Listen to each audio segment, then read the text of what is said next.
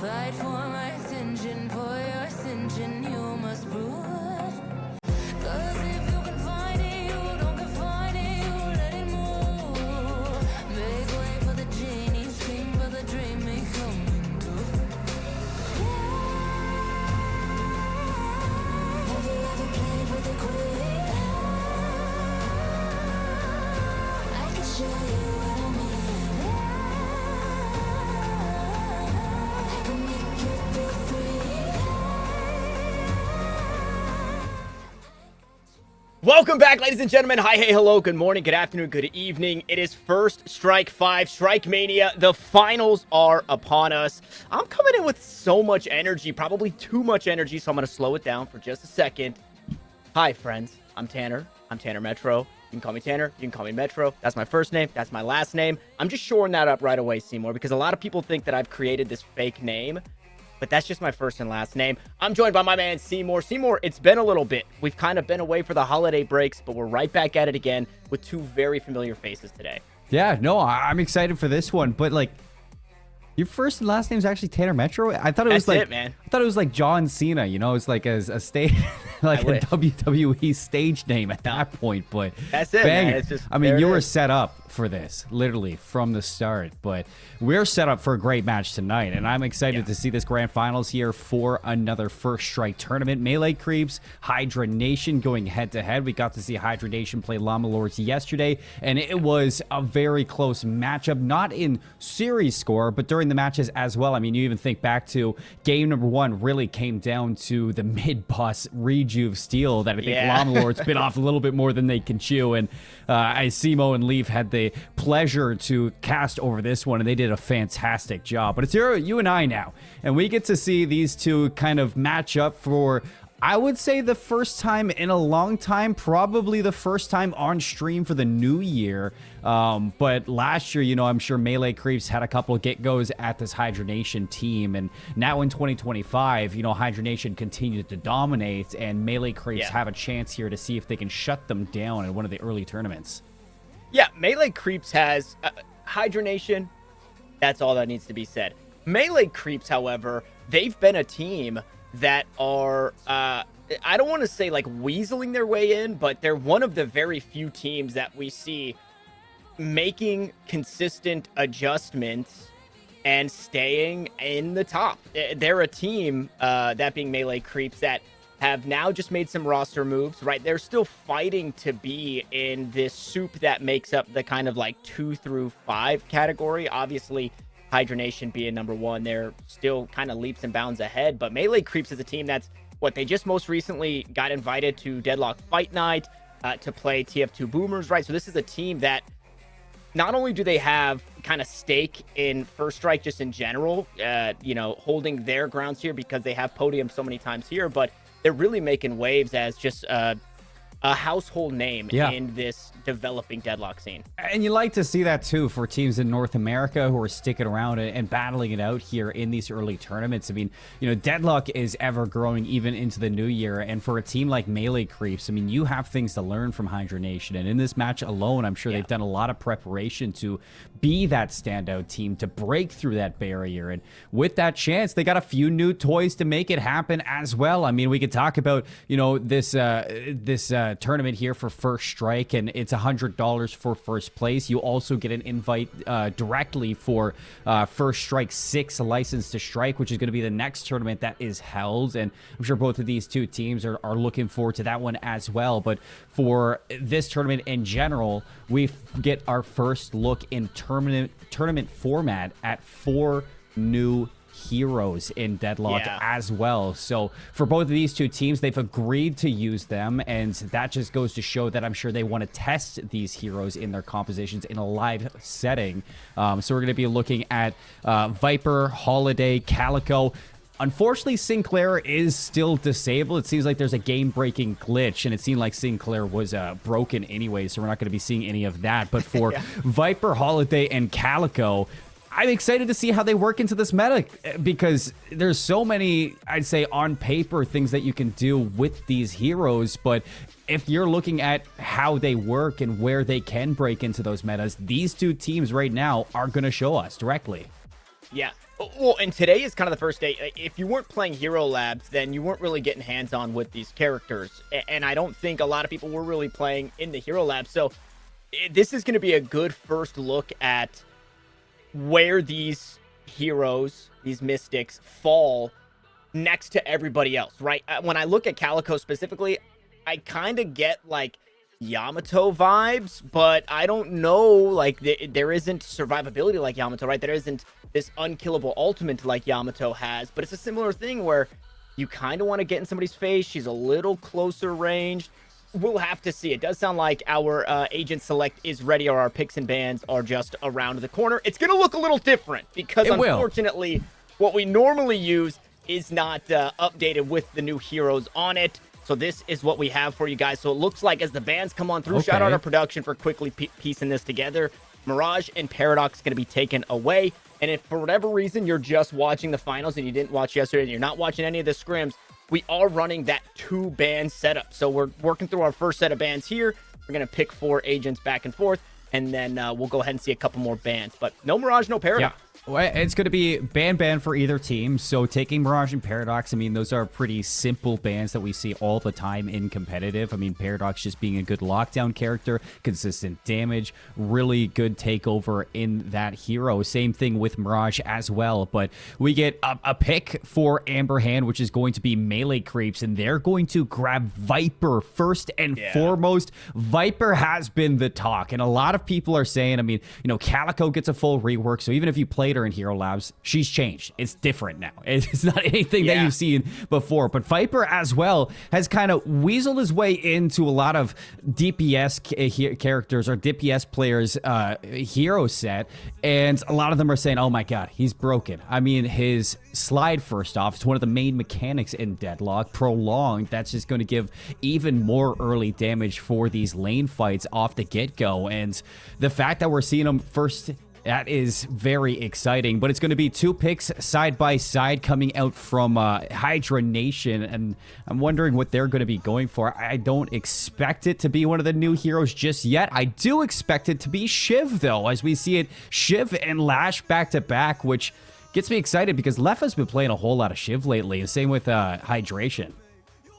Yeah, Hydration can really do it all. We've seen so much out of Hydration. Just recently, yesterday, though, was piloting that Shiv. Lash Initiator picked up here for Hydranation as well. I thought, now I have two trains of thought. I thought, one, if they pick Viper, you just immediately pick the other 2 new heroes, right? You just grab Holiday and Calico. Doesn't look like that's going to be the case. Now I'm wondering, what if Hydranation agreed to play the new heroes and then just isn't going to? It's kind of just like, I wonder. We want to take the bag, right? That very well could be the case. And, you know, I wouldn't be too surprised either, Tanner, because Viper is great. I'd say leagues above what Holiday, Calico, and, you know, Sinclair could be a good support, but, you know, basically down to the ultimate there. But, I mean, Holiday does a lot of DPS, especially with that crack shot, but Calico, she's not as overpowered as the rest, and I still think there are better heroes to choose from. You know, seeing the Shiv and the Lash. But having the Viper coming out is going to be now added in with Infernus as well. And Holiday's going to be picked up too, Tanner. So you see that coming through with the Holiday. Like I said, lots of DPS coming through from this melee creeps team. Yeah, so we'll keep our eyes out as we kind of play this Guess Who game. There should be one more Sapphire pick coming up before we jump into the next phase of bans, and we'll see. You know, now that Viper and Holiday taken away, is Calico even playable? Is Calico even on the map for any of these teams? I don't know if it makes any sense. So it is going to be a Viscous pickup here. I would imagine that'll be Flick piloting that one there. That secondary support that Viscous kind of falls under. And now we jump back to a ban phase. So that's going to be a Hydranation, a Sapphire Flame, Bebop ban. And I'm wondering now if you're melee creeps, right? Quig hasn't grabbed anything. Okay, I guess neither has Vegas. So they're just going to take away that Vindicta. They don't want to deal with that. Well, yeah. So now we're going into the pick for Hydranation leads us into the next set of bans. Vindicta's gone. See you later. Vegas is main pick. And then Bebop's going to be banned as well. So immediately in my head, you're looking at the Grey Talon right now if you're Hydranation for your next set of picks. And, you just want to pick that up right away. But instead, they're going to lock down DMB's Wraith, which, all things considered, that is a very strong pick. I mean, we are hearing it from Deadlock Fight Night, and, you know, it really reflects in their game style is that for Hydranation, I mean, you've reached the peak of NA. Where do you look after that? EU. And what does EU do? Play a lot of Wraith Metro. So having that Wraith locked down, wonder where we're going to see from the side of melee creeps, because what they really need is some support. So they grabbed the McGinnis right off the get-go, and I'd like to see something a little bit heavier. Yeah, no, they grab not only a support, but then they grab a little bit of beef behind it. They pick up that Warden who has recently kind of been, I don't want to say, the alt nerf basically means that Warden probably isn't going to be seen split pushing as much, which it really is kind of an in-your-face team fighters. Yeah, we jump back over to the Hydranation side of things, and Quig says, hey, get me that Kelvin, and Calico gets locked in. I don't know who's going to be rocking the Calico, but I think I want to see Leffa play all of them, all of the new heroes. We'll see if that comes to fruition, because if anybody can pilot any hero in the game, Leffa has really shown proficiency, so we'll see who gets to grab that one. I know you were telling me that you really want to see Leffa on Viper, but if again, if there's anybody who's going to play a new hero right now, it is going to be Leffa. So I'd imagine that's where the Calico is going. Where does melee creeps go for their last pick? Because they have a lot of DPS, they have that frontline warded, they have the support on McGinnis. Where is the lockdown now? Do you go for the Mo and Krill? Do you pick up that Dynamo? Maybe even an Abrams? You need somebody that is going to at least set some disruption into the play from the side of Hydranation. So there's a lot still on the line to pick from, a lot of choices here. Even the Yamato's still up, so do you want to go for that Yamato maybe just to buff out your front line, buff out that DPS some more? I feel for melee creeps that it's a little up in the air, because if you've never really seen them play Hydranation for such a long time, you don't know where they're going to go, and I imagine for them it just needs to be something like a lockdown hero. Yeah, I think there's a world where maybe it's somebody who kind of plays that. I think Mo and Krill. Okay, there it is. So Mo and Krill slapped on it. Somebody that plays what the Viscous, what the secondary support, right? Whereas, you know, Viscous does a lot of damage, does a lot of disruption, but is also kind of considered supporty, but isn't in that same vein of, you know, the McGinnis, the Ivy, the Kelvin. And Mo and Krill fits that, right? Very similar to the Paradox. There were questions yesterday. I think Leaf actually brought it up, though. If you're playing Mo and Krill, how much emphasis are you putting on that Phantom Strike, right? Because of how important that item can be to make sure you get in somebody's face, hit that lockdown, and don't need to invest anything else to do it. Mo and Krill can do it on their own. We'll see if that is going to be the play. And last but not least, are we expecting Great Talon to go the other way? I mean, what is that? But is that 6? 1, that's 2, 6 and 6. That's 3, it. 4, that's all said 5, and done 6. between the two of them. Okay. Yeah. So right. so this is the picks for both teams, and that makes me wonder, where's Vegas gonna go for this one? Because like, probably the Lash, if anything, because, or Calico. Maybe or Vegas Calico, is, creeping on over into the new and hero. Leffa's gonna play the Lash, but I wouldn't expect that. I would expect Leffa to be on more of that, like, in your face, high mechanic hero, like Calico does tend to be. It's just, you know, for Calico, I mean, then, you know, you're looking at Leffa, who usually plays, you know, that range DPS like an Infernus, or, you know, it's something that gets a little bit more in your face like a Shiv. And then Calico is probably going to build into that, you know, melee lifesteal early, and then you build into a Spirit Strike, and then you are going to be trying to box it out in your lane. I know that Calico, first and foremost, you don't expect it to be in that solo lane. So you're not going to probably see it in DMB's hand for sure. That's where the Wraith is going to be. But Shiv over to Hydration. Kelvin probably going to... I'd say Kelvin's going to Quig. And then Flick on Viscous for sure. The other side, I'm not really sure who you put in the hands of melee creeps right now, because they got both Viper and Holiday. And that shakes everything up. Well, and I think if anybody likes to be a little goofy, to be a little silly, it's Poshy Pop. Poshy Pop usually has the goofiest name on the server. Poshy Pop is kind of just, you know, a fun, silly person just in general. So I think we probably see... Oh, and I also want to add that with roster changes for melee creeps, Braden is out. OP is out. They've got a couple new players filling in. I think 3 new players that they've picked up, Axe, X22, and Lomain. But what that's done recently is Pashi's been less initiator and more carry. So I think there's a world where we do see maybe average on the Holiday and Pashi on the Viper, because Viper's kind of just, out of the 3, I think Viper's the silliest. You know, like if you're just looking at goof factor, the ability to just slide around like a maniac and have unlimited ammo. Also, the gun plays a lot like Ivy's gun. Pashi Pop, it is kind of like an Ivy VTuber, right? Like that's Pashi Pop's stream. So I think if I was a betting man, I would put Pashi on Viper. And to no surprise either. I think you hit it right on the money, and I agree with you 100%. And the only thing I'm curious of is just how much preparation do you have right now if you're melee creeps going into this against Hydranation? Because Hydranation, albeit there are 3 new heroes to choose from inside of this pick, they are the team to beat. And if anybody is going to play these heroes to their max, it is going to be these players. And on top of that, they don't really have too much shift in their meta.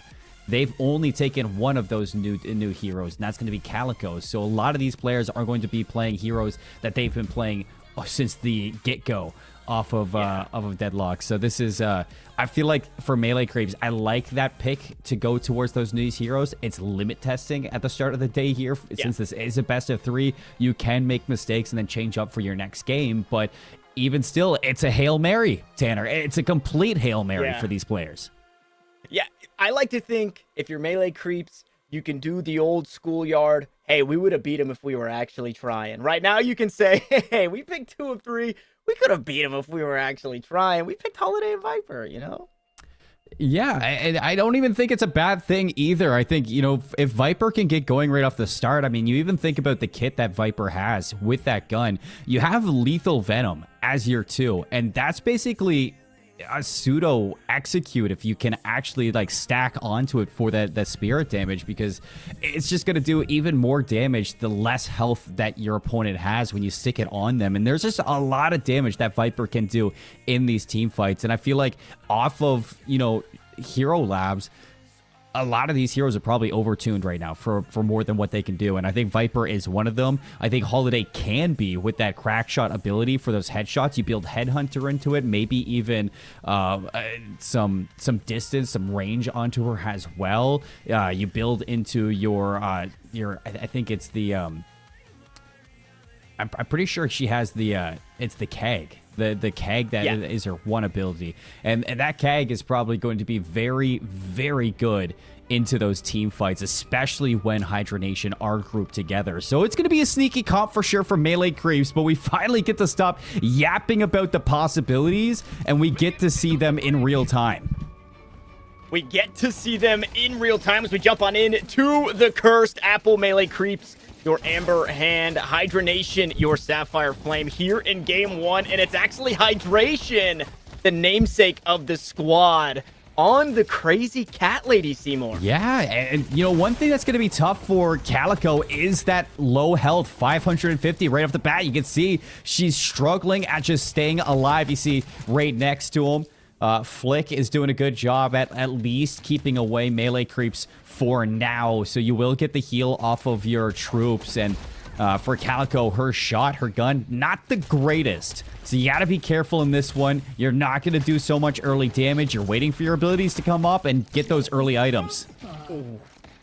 Yeah, big damage onto Avatar? Is that Vegas? I don't really know who's Avatar for now. They always change their names on us. They always.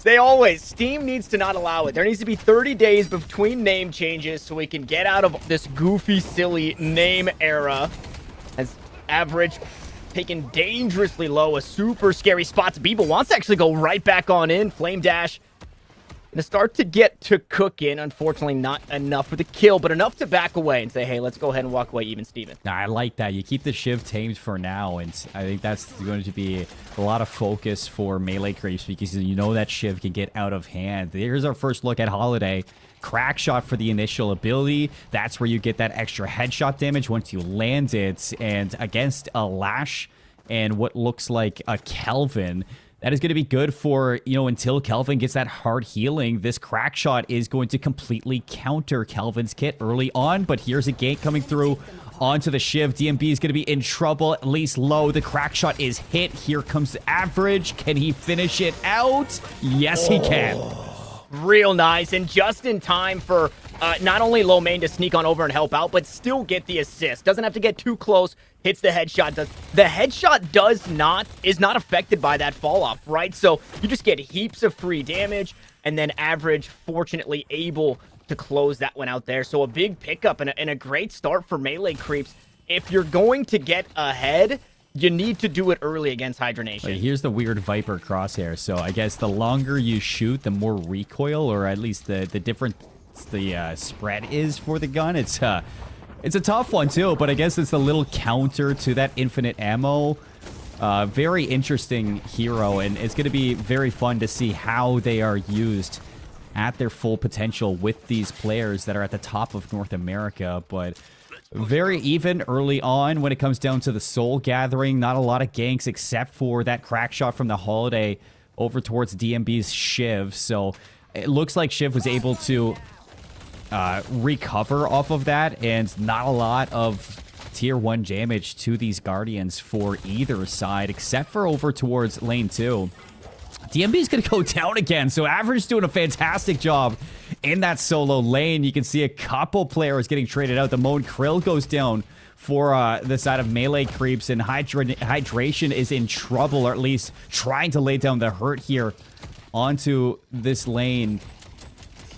As potential to get this kill, you have the claws up in 3 seconds, and possibility to go into the cat if you need to escape.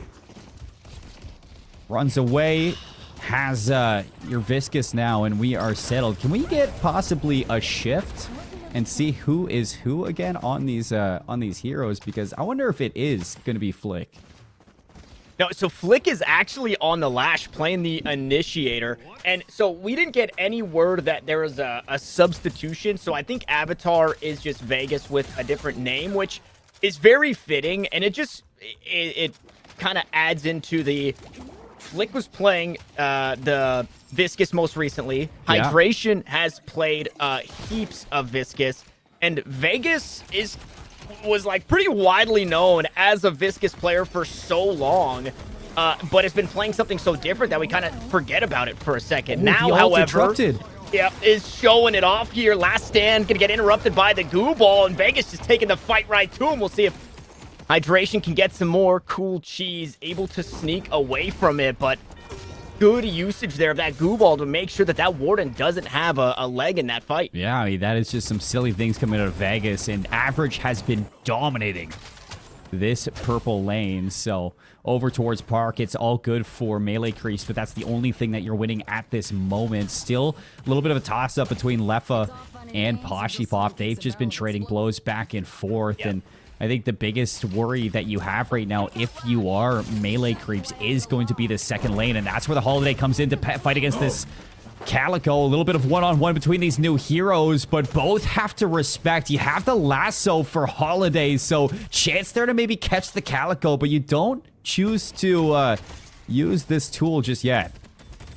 Yeah, that a missed opportunity for sure. Felt like, right, with Cool Cheese right around the corner, there is a world where that Spirit Lasso could have maybe secured that kill. Also, the Powder Keg misses, right? And maybe that was the go button. Hey, if we get chunk damage here with this Powder Keg, then we continue the fight. But because that Powder Keg missed, we get another opportunity at a last stand instead. Warden's made his way on over into Greenwich, pops the parry, but instead just takes heaps of damage. And, of course, Quig here to supplement supports, doing support things. And once more, Cool Cheese is forced to just walk away from it. His ally dead in lane, and he's left all on his lonesome. And, you know, that's just early testing of some of these new heroes. I imagine the combo that you're looking for is we got a track down for Leffa right now. He doesn't want to let Pop get away. Should be able to finish this kill off the slide. You will. Another set of kills coming up from Hydration. It's still early on. You have your tier 1s pretty healthy across the board. I mean,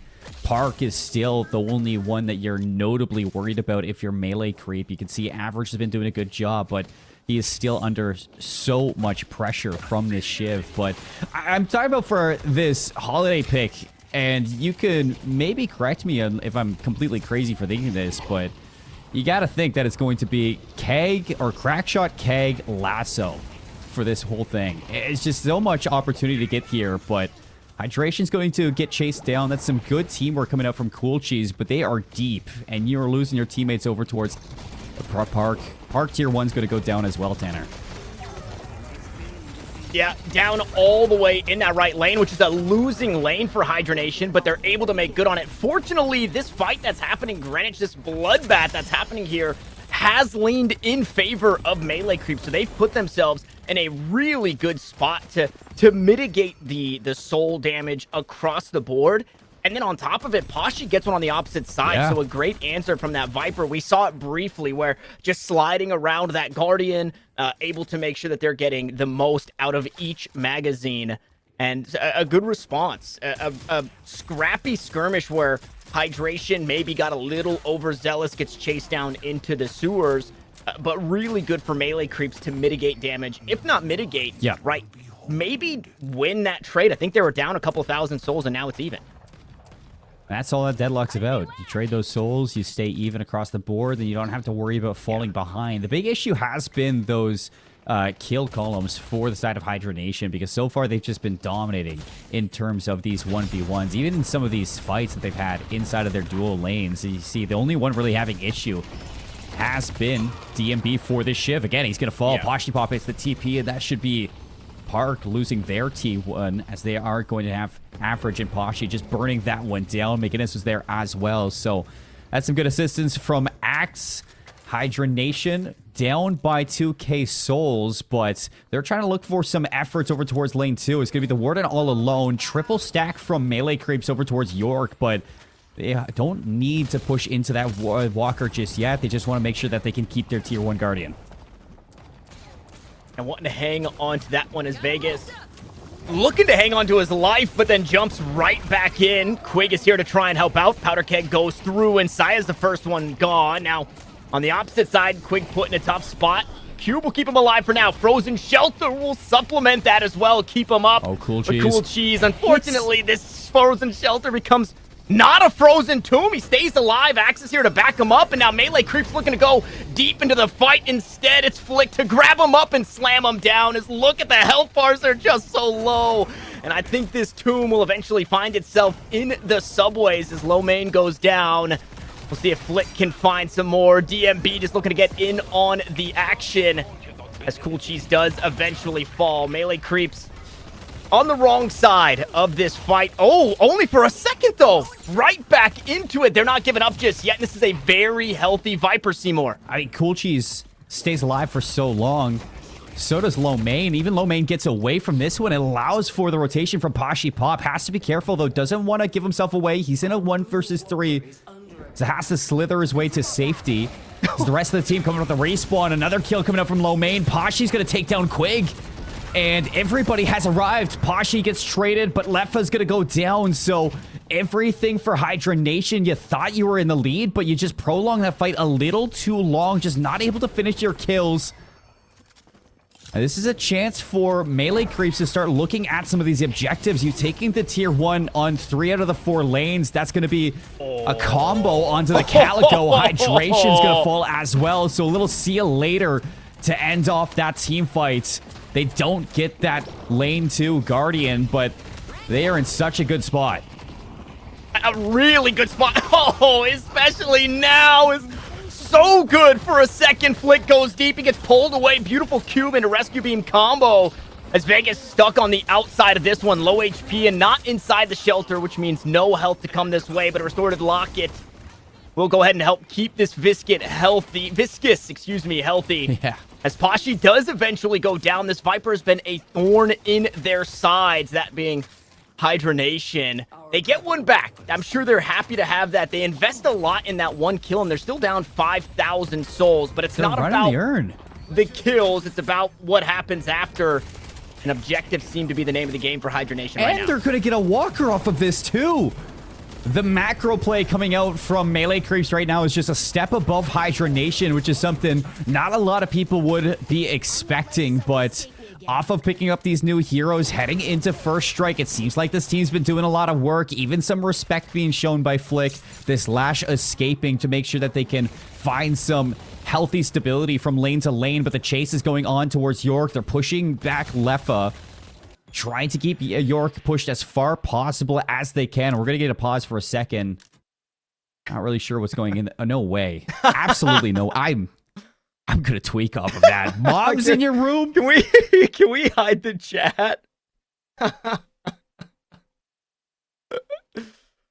Oh, it's man. Like, get out of my room. I'm playing Deadlock. Yeah. That is... Maybe mom's coming in to support, right? Maybe mom's dropping a plate off, right? A dish of food, something to fuel keep you. Kashi moving for you. Exactly. So those are our hopes right now. We have a second. Never mind. We don't have a second. I was going to say, shout out to the parents for supporting anybody here. Yes, absolutely. All right, honey, you get back to your game and then unpause, and we are right back into it. I want to take note of the very notable lead between Average and DMB, and to kind of tip the cap to Melee Creeps, because you mentioned it, right? Their presence around the map has been pretty immaculate. You see, even, at this point in the game, 13 minutes in, the wave control is great, right? We don't have any of these lanes falling behind. They still have a Guardian standing. All of that feels so good. And they've been able to make good on this bullying, I feel like, that's been happening to DMB, right? As unfortunately, we're having some issues in game. We're going to go ahead and jump back in as soon as we can. But DMB, I guess, it's one of those things where there's a boss monster, right? And the boss monster is in all of this armor. Everything looks great. And you're like, wow, what am I supposed to do about this? And then the boss turns around. And then you see the giant red mark on its back, and you're like, oh, we just got to hit it in that red mark, and we're good. Well, DMB like is that red mark. Okay. Exactly. That's a good combo. Flick's going to be taken right out of the Death Slam, and that's going to cause a little bit of disruption here for Hydranation. Vegas to invest this ghoul ball, just trying to disrupt wherever he can. And instead, he's forced to just play his life over towards his walkers. Can they keep it alive? They cannot. You've lost the... Now lane 3 and lane 4 Walker pushed back Hydranation. Not a lot of teams can get this one done, but it even comes down to a lot of this micro decisions that we're seeing from Melee Creeps. And I think back to one that we saw earlier, and hold on a second, this is what lost the fight for Llama Lords yesterday. You gotta be careful doing these rage use, because Hydranation don't mind to get a little mixy, but you can see a little bit of a warp stone for Cool Cheese. Wants to use that cold front, see if he can slow things down. In for the parry, but Pashi still gets the rejuvenator. Now buff over towards Melee Creeps. They're going to have to back out, see if they can find some semblance of control. And there it is. Quake's going to go down. You lose your support. It's traded on both sides for support. So right now, Hydranation, they want to get rid of any sort of mid buff that they can. Any kill goes a long way right now in terms of trying to even this one up, but two can play it that way. And you got a whole lot longer of a cooldown if you're Hydranation. Yeah, and staggered as well, right? Quig is about to come back to life. Meanwhile, Hydration is getting comboed to fall and won't be back for another 25 seconds. Kills happening maybe on the opposite side of the map. Leffa just won that 1v1, but we'll just use that telekinesis to get Average to back away. There's no way a Viper just gets stamina regen percent and sprint speed. Like, he doesn't need that. That's tough. You know what I am thinking, though? Surely when we swap sides next game, it's going to be a first pick Viper angle for Hydranation. Oh, yeah. Surely. It has to be. Just, he is so fun to watch. Just how fast he slithers around. Just such a fun add to this game. You know, I was saying not too long ago that I think in terms of video games, Viscus has to be one of the coolest hero kits that I've seen in a long time. Now I got to give that over towards Viper for a bit. Yeah, very cool. I'm wondering, and I haven't seen enough of it, how does that affect, how does the urn affect Viper? I'm going to hold that thought, though, as low mains look so good on the day, but instead gets caught on the rails, gets stunned and taken down, and this Viper that we've been hyping up, unfortunately, doesn't have much survivability, if any at all. So Leffa able to come through, collect 2 huge kills. Meanwhile, though, there's Or always DMB. going to be a response. Yeah, DMB, that weak spot here in the armor. That is Hydranation, and maybe another kill to follow. It's 3 players with a 4th just around the corner, pushing down this walker. Left is here to try and The frozen respond. shelter. Hydration here as well. Frozen shelter to buy some time. And now melee creeps look to be headed for the hills. Keeps the walker up. Here's Leffa now looking to see if he can do some heavy damage towards everybody. Oh. Average gets absolutely melted, decimated, you might say. Saya right behind him, sent packing. So only Cool Cheese with that rejuve still alive after the mid-boss is picked up. You can see couple of walkers low. You're going to send it fully if you're the McGinnis. I mean, this is just classic, but you don't get the walker for it. This is where melee creeps now have to take a stand and decide, all right, we have a lead, or we had a lead in terms of souls. Now it's cut down. We still have a lead in terms of objective, I would say. Well, still having that tier 1 up over and towards lane 3, but this lead can disappear in a matter of moments for Hydranation. And there was a really good chance after that rejuve was picked up and a couple of them get away still with that buff. But that chance is gone. They have completely evened it back up for Hydranation. I feel like melee creeps overstayed their welcome. Yeah, or Leffa said, okay, I'm strong enough to fight. Because it was kind of the Leffa and Kashi show, just 1v1ing in lane, kind of keeping themselves at bay all the way on York. And now, you know, a 23,000 soul. Even before that, an 18,000 soul Wraith. We saw Leffa start to get invested in some of the fights. It was actually Leffa killing Average in lane 1, that York lane, while the mid-boss was dying. You say and, kill. you know, if you, That was an execute.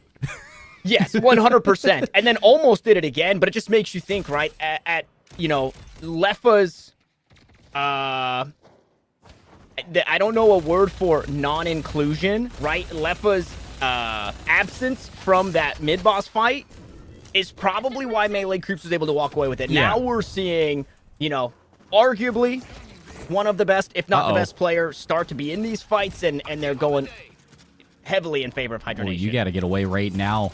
If you're low main, you're being hunted. 4 members, or at least 3, 4 in proximity of that holiday. Gonna get away, though. Low main, that's some good movement. But take a look at this. There's a strict transition from lane 3. They're gonna re-engage off of this one. And Leffa, a little bit disconnected. A chance to maybe catch a few off guard before this Wraith can arrive. But that's some good peel from Hydranation, recognizing that moment where there's a lapse in a 6-on-6 team fight. And they're going to re-engage themselves to see if they can turn this one. But both teams just sizing each other up and looking for mistakes that aren't there. Instead, it's distraction on the side of melee creeps. Well, your Viper is going to push all the way through York and grab another walker. Does he go over to lane 2 as well? This could be a good 2-for-1. It very well could be, but will now be. Hydranation know that they are without the Viper, so the walkers have fallen, but the fight seemingly going the way of Hydranation for now. Cool Cheese has already been taken down. The Guardian falls, and a walker just around the corner, but look at the pinch, Cmoore. Half of the team here for Melee down. Creeps is starting to creep around, and Leffa is off the board. How much more can they get? Axe will find another. It's DMB gone, and Kashi is so healthy here in this skirmish, but health bar deleted, backs away, and unfortunately takes way too much as Vegas is able to secure that one. Average on the chase. Average role-playing as Leffa, doing so much here in this fight, still finding the stun there onto one as Flick will try and sneak away, and your movement's good. But I think the fire might just be a little bit better. It looked so good in response to the walkers going down for Hydranation, but a huge turnaround for Melee Creeps to take that fight. Yeah, and Bridge buff goes the way of, it's a 1-for-1. Vegas steals the one on right side of the map, and it's going to be going over towards Saya for the left side of the map. So this is fantastic from Melee Creeps. In fact, this might be the best I've seen Melee Creeps play in a competitive setting, especially against Hydranation. You don't normally see teams back them against a wall at times, but Leffa gets caught out in a 1 versus 3. Axe is going to double down, and you lose Quig. I mean, Quig has 3 deaths, but I feel like all 3 of those deaths have been, you know, the second death in these team fights. And you lose your support so early. That is a whole lot of healing that has gone from your team. And same with that, it's the disruption and the slow from his ice beam that you're just missing from that as well. So I feel like Hydranation, you know, if not playing to the best of their abilities, making some mistakes now in their positioning for these fights, and it's costing them a lot. Yeah, DMB caught out once more. Telekinesis on, though, and it's actually Kashi caught out there a little too far forward, a little too split from the team. They were trying to run the urn. Now we'll see what's the answer. A chemical fire here for Cool Cheese. Hasn't opted into it yet. Will place that one down, but a frozen shelter keeps him out of the fight. He's got to go the opposite direction, but it's a 1v2. Mo and Krill, you can only hope to survive to eventually find some value. And in the Sandblast, we'll do that for just a moment. Combo to try and stay alive. Scoring to keep the health bar up. The rest of the team is down here low ground. As eventually Cool Cheese will fall. We follow the fight inside the pit of the mid-boss. And DMB, who started this fight with 1,000 health and is still alive through it all. And he's just playing cat and mouse with the team while the rest of Hydranation tries to clean on up. But without Leffa, how much more damage do you have? It looks like Hydranation tucking their tails between their legs for now, looking to find ways out of the fight. And Flick is gone, and Urn is scooped on up, and they're looking to make good on this promise that they made just before that fight. Let's get this Urn home. Oh, we're going to set up for a steal here if you're Hydration. There's no way this is going to happen. He just wants to shoot through and see if he can get it done. Quake going to be soloed out. Average going to return the Urn, and while that happens, Rejuve going to be secured. Hydration now in trouble, as this is looking like it's going to be melee creeps through and through. They get the Rejuve number 2. They have the Urn. They have so much advantage now on the map. Time to crack the base.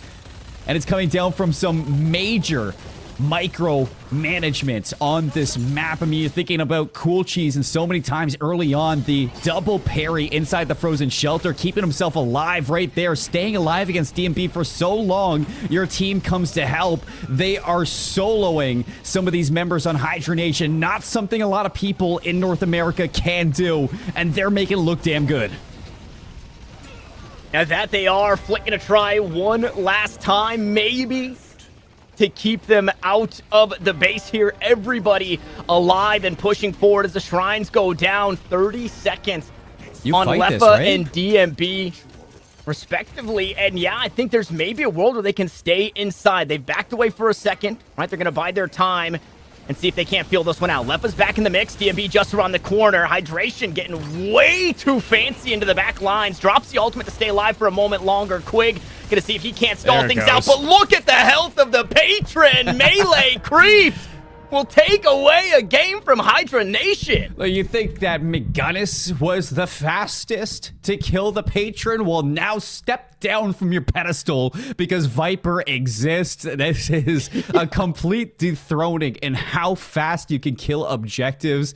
And this hero has to be the most broken right now in the game. Looking good. I mean, the damage isn't going to be topped off. That goes to, I'm pretty sure, the Warden there, Isaiah, just a part of so many team fights from start to finish with that last stand. But you got to tip your hat to what Melee Creeps did, because there was a time right off the beginning that they were just losing every single one-on-one. 2-on-2s weren't going their way. They're just not landing their abilities and struggling against, you know, some of these members of Hydranation, as you would have expected. But then just out of nowhere, just some incredible microplay coming out from Cool Cheese to prolong your life. Low main dealing so much with the crack shot, and then average 1v1ing DMB the whole time. DMB with 9 deaths, and I swear probably 5 of them come from this Infernus. And then you add in the opportunity from Kashi Pop playing this Viper, and you can see just how sneaky the Viper is in moving around the map, stealing those objectives, and just scaling in terms of souls, and then cleaning up fights. It's just, it's a scary thing to think about, that I don't want to see this in the hands of Hydranation, because you know that hero's gonna look good, maybe even better. Kashi made it look good, and that's exactly what we'd expect. Kashi starting to fill a different role for this team. Kashi liking to be a little bit kooky. And the one thing that Hydranation always does well is, even when they're behind, they have an answer, and that answer is usually better than your answer. If they were playing Family Feud, you're getting like the 3rd or 4th answer, and Hydranation is finding number 1 every single time. And it didn't seem like they could do that in this game. It felt like they were out macroed in a lot of these areas. And in one team fight, I thought there was a world that they punished Kashi for taking 2 of those walkers.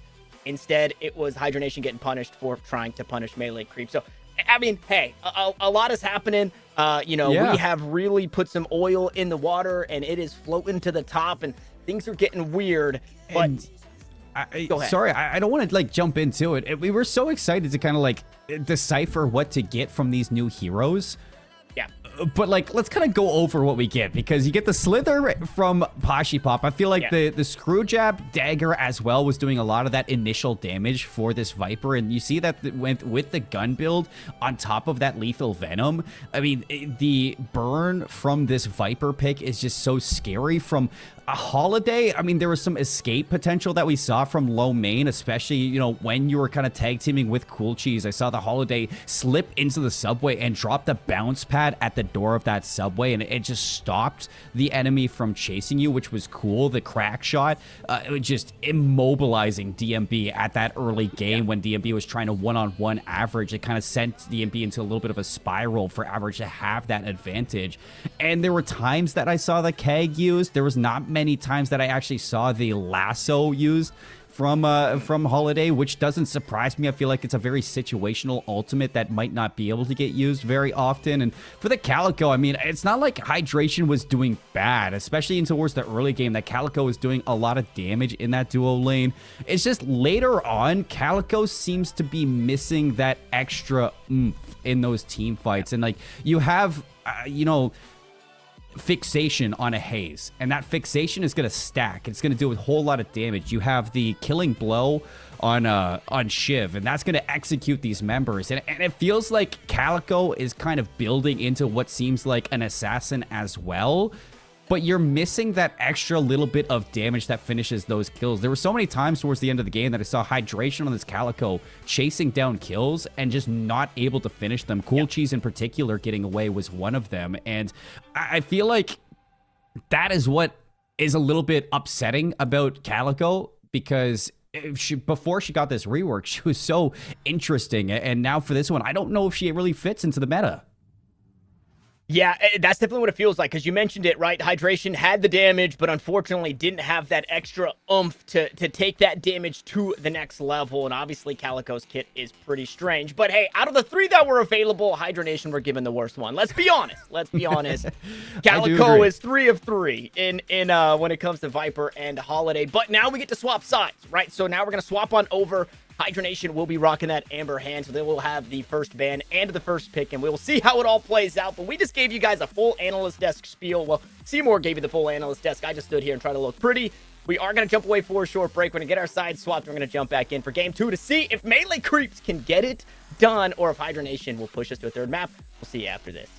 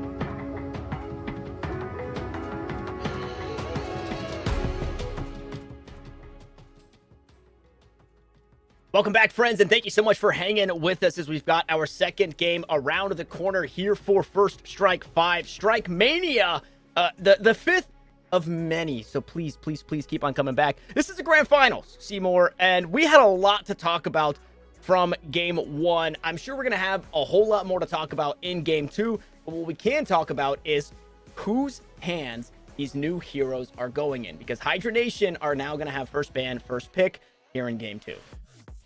Give Leffa the Viper. Come on. Yeah. I want to see it. Everybody wants to see it. Yeah.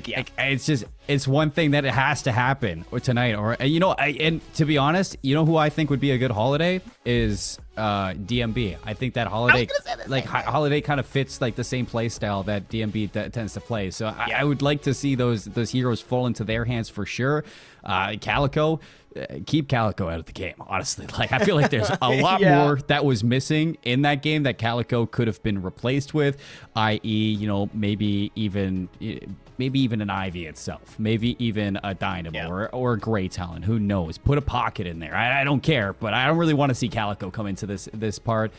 Melee Creep's definitely going to be feeling good after that game 1 with the new heroes in. It definitely looked like there was a shift in pacing, very fast coming out from a lot of these players, especially, adding that extra bounce pad from the holiday, having the Viper just slither around the map. It just kind of adds a whole lot of urgency to a lot of these team fights. And you can see that one thing that was really surprising is that Leffa felt like, to me, was struggling to keep up with that pace, which is very different from what we saw. There were so many times, and I don't know if this is just because you're playing Wraith and you feel like you need to split push sometimes on Wraith, having as far as TP as you can, but there were so many times that Leffa was either caught out of position in the team fights or wasn't really in the team fights at all. And even for that first Rejuvenator, Leffa was not alive. So heading into this game number 2, I think, a lot of my focus for Hydranation is seeing a little bit of a regain from some of these players on Hydranation that you expect to be the superstars. And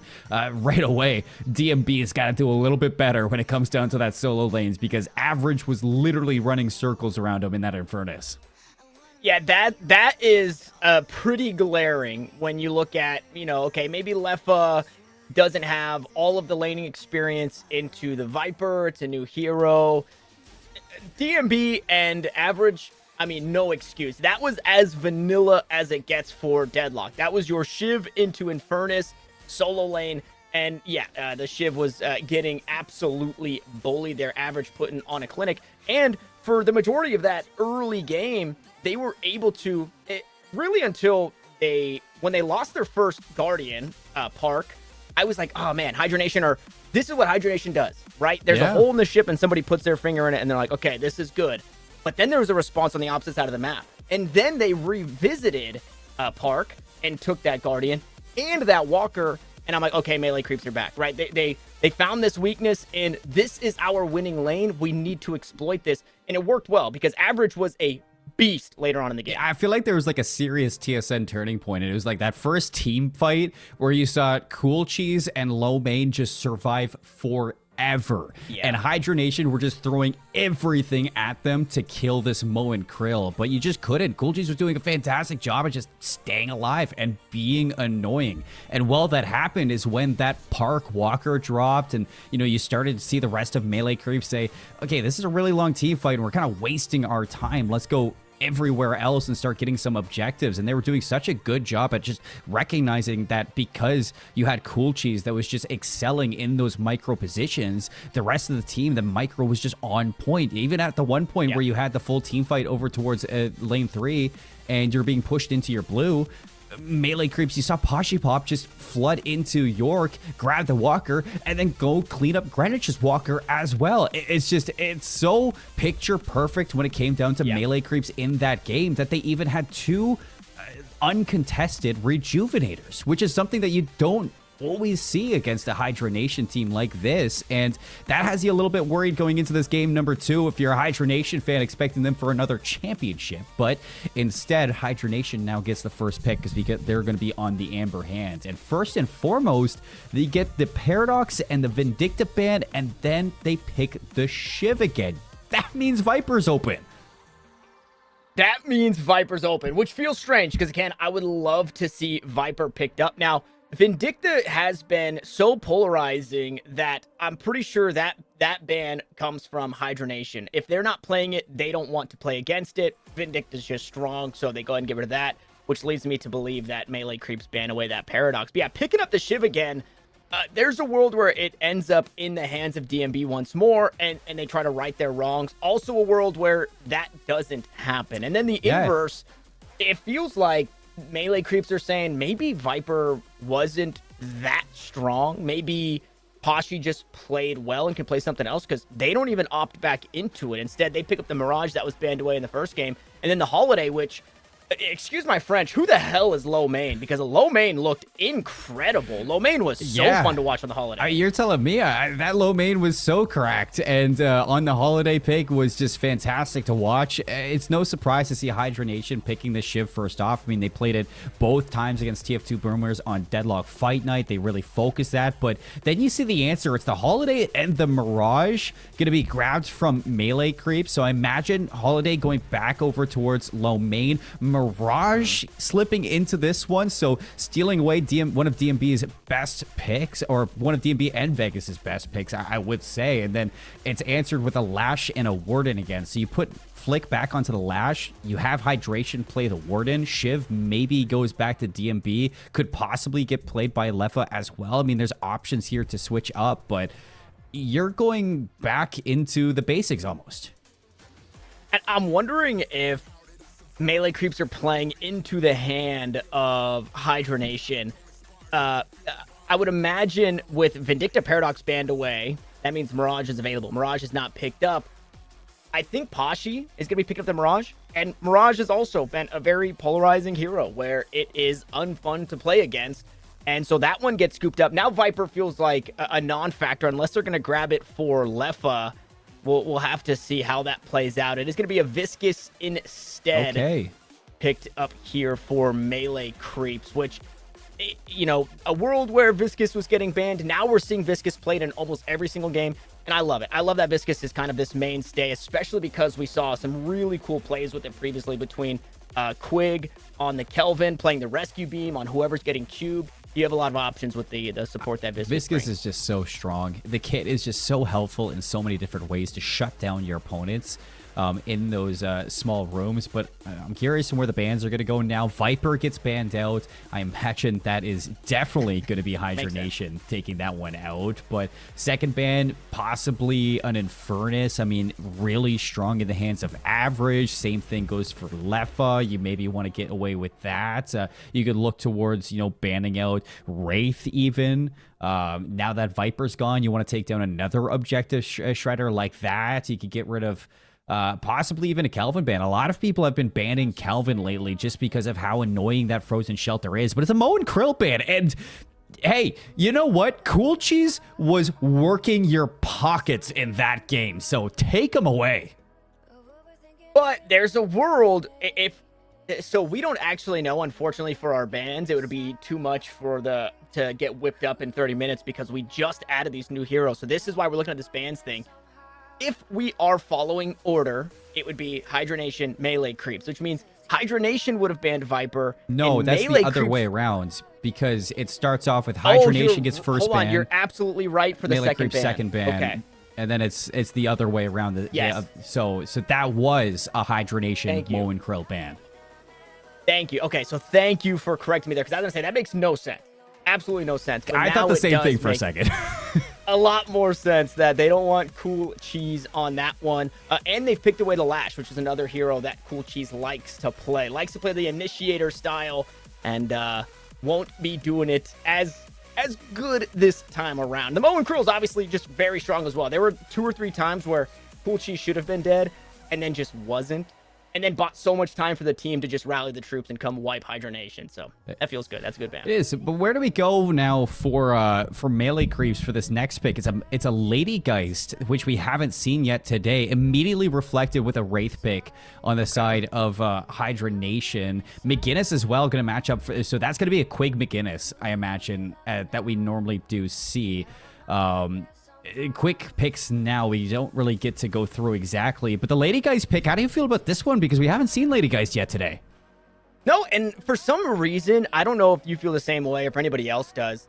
I feel like Holiday plays like Lady Geist. Really? Not like plays the same way, but fills the same role of like this kind of just this strong gun, has abilities that'll plop major damage on you. So I figured, if you have a Holiday, you probably don't have a Lady Geist. So this is interesting to me. Now, I haven't seen enough of the Holiday to really feel where the hero fits in. So my take could be completely off. I could be so far from the truth. But just from vibes alone, I get it.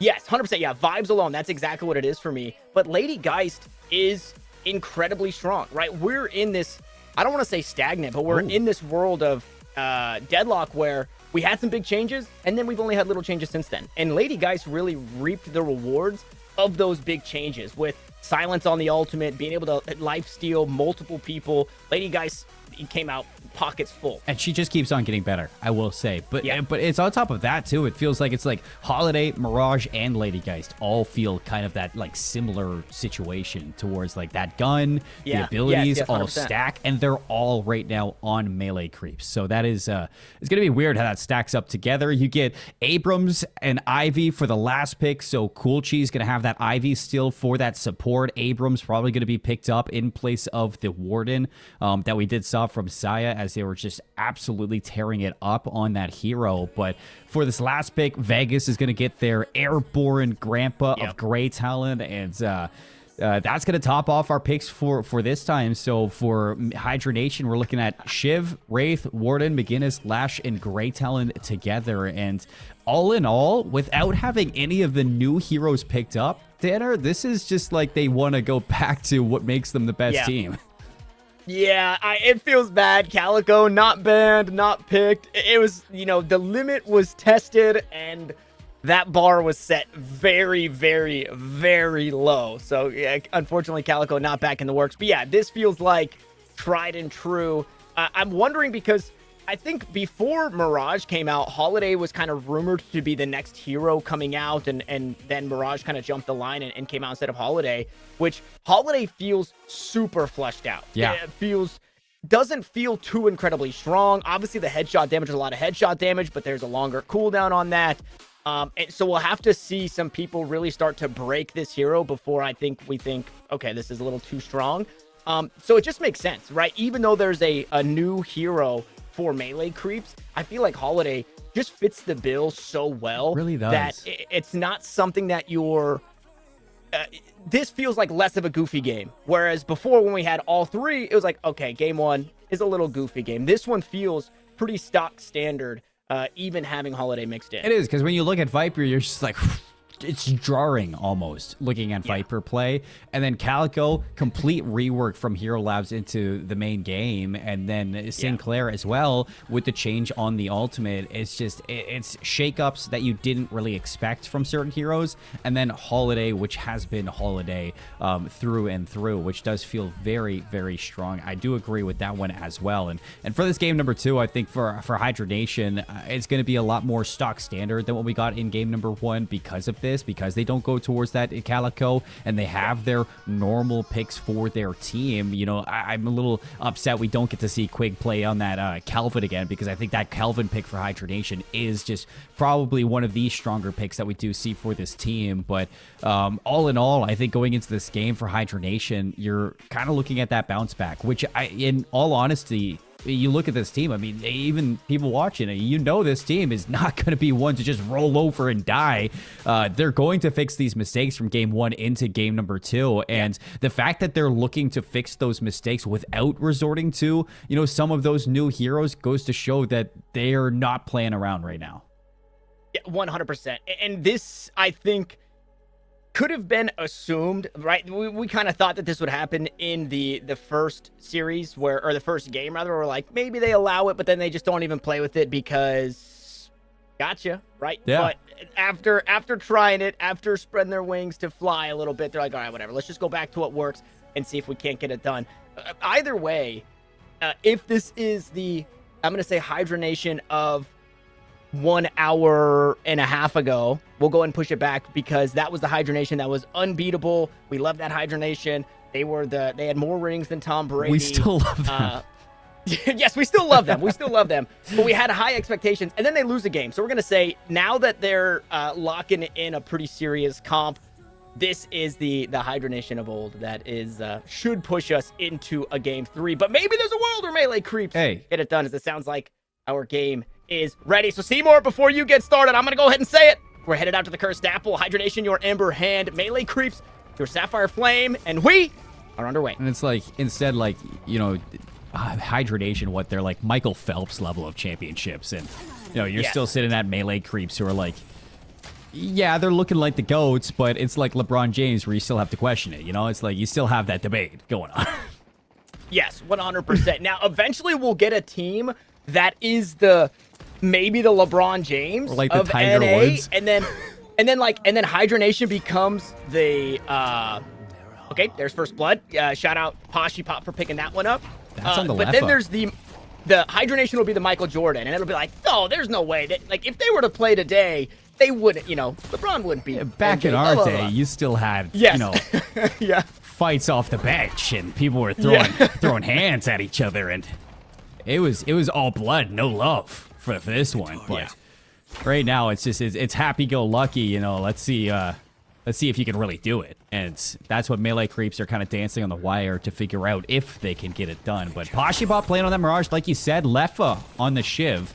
So taking that away from DMB back into the solo lanes, you have DMB on the Lady Geist playing up against the Mirage, and into the duo lanes. Where do we fit the Holiday? Well, it's going to be up against the Lash and the McGinnis of Quig, and Quig's going to take down Axe in a little bit of a trade battle over towards Greenwich, now looking to force into Melee Creeps tier 1 on that side. So this is the early Deadlock tango that we like to see, the Deadlock dance. Yeah, absolutely. Nice little back and forth thus far. Not too much to really take note of in these early games. As scrappy as they can be, I think the most important thing is that we are seeing DMB on a ranged carry, like you mentioned, and Leffa piloting that ship. So a strong pick, but I mean, it doesn't even matter. And Leffa is so good at parrying, but unfortunately just falls short in that exchange. 2 minutes and 20 seconds, and you get a cool cheese gank. I mean, how do you even read that if you're Leffa? And that's exactly what Melee Creeps want to do. Just put them on tilt watch for the early portion of this game, because I feel like if you're Hydranation, I mean, you look towards Leffa to be that damage carry on your side. I mean, a lot of players can be that damage carry, but Leffa is just mechanically a step above a lot of people in North America. And if you're putting them on watch early, if you're Melee Creeps, I mean, you're really trying to hunt to keep them behind. Yeah, another interesting pickup is... Okay. Another one. To Leffa again? I mean, sure, Mirage was banned away in game 1. We know Mirage is strong, but is Shiv just this weak in the early game? Or is Mirage just that strong in the early game for that whole portion? Because I will say, for Deadlock, and a lot of people get like a little misconception for like the first maybe 8 minutes of Deadlock, is that you don't have many items. You don't have buffs from the golden urns, and you don't have really anything to stack onto your own team. So you don't have your ultimates either. So you're really just a sitting duck. You got your gun, you got a little bit of damage, some stamina, and you're just trying to go toe-to-toe with pure mechanics. And I will say, you know, Shiv could be struggling with that. Oh, huge pickup there.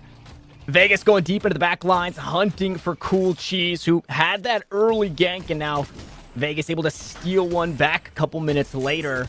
A nice snipe there, too. It was low HP, and I don't know if it would be enough, but that charge shot does eventually get it done. Look at the Jinsmark damage ripping through the Shiv. It's got to be in a another world kill. Where, yeah, maybe Poshy finds another, takes a bit of Guardian damage, though, going a little too deep. And, I mean, Leffa is playing with fire and again gets burned. I mean, he is scorching right now. This guy looks like the Human Torch without all the superpowers. Well, less Human Torch, more like Harvey, like Two-Face, right? It's like a little more Harvey. Oh, we're going two different universes here. Yeah. I like it. I was kind of like thinking like, do I really want to go to a whole different universe? And then you took it to another one. Another one, baby. I'll open the door. Baby. It's funny too because you and I guess it's no question now, or we weren't really questioning it before, but this is definitely Vegas playing on Avatar because he's got that great talent going. Yeah. Hydration's gonna fall. Poshy Pop is scaling, but I like this swap in lanes. They send the Ivy over towards Park to kind of like deal with Leffa for now, just keep him a little at bay, and Poshy can go get some stability elsewhere and start to dictate some pace on these lanes for the rest of your team. You got ultimates up for everybody on the side of melee creeps, and Leffa as well as your Wraith are falling behind you. Wraith's about to get it, but Leffa still 6.6k away from getting to that ultimate. That's a whole wave. Yeah, that's a whole wave, and it just feels awful, right? No execute. There's no like fear right now for Poshy because Poshy's been so far ahead in these skirmishes when both players are getting low. If you're Shiv, okay, I'm just gonna go and slap this execute, and that is not available, which just means Poshy can continue to play as aggressive either in lane or elsewhere on the map because nobody has to really respect that that Shiv execute just yet, which is why we see that Ivy just pop on over.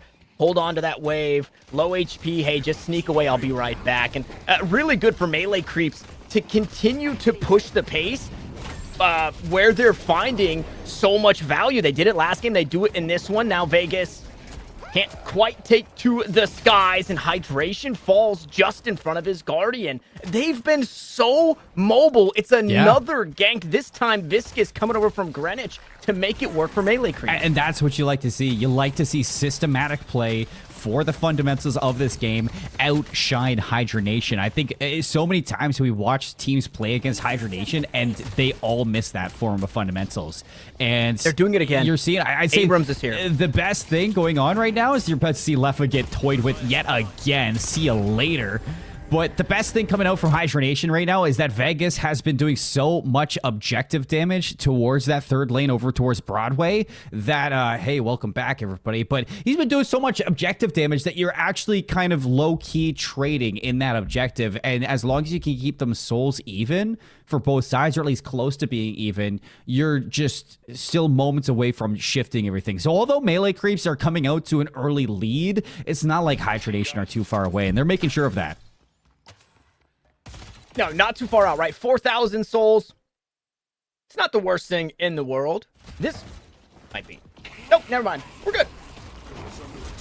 Possibly? A soul swap? This is the worst thing in the world happening? right now. We want to see what's going on. Things are getting a little crazy. And this is what we're going to do. So we're just going to imagine. So Lash slammed. There was a soul swap that happened as well from the Lady Geist. That was happening on the side of melee creeps. The Lash is on the opposite side. So somebody was low HP. I'm going to say that Lash slammed, kept somebody else alive.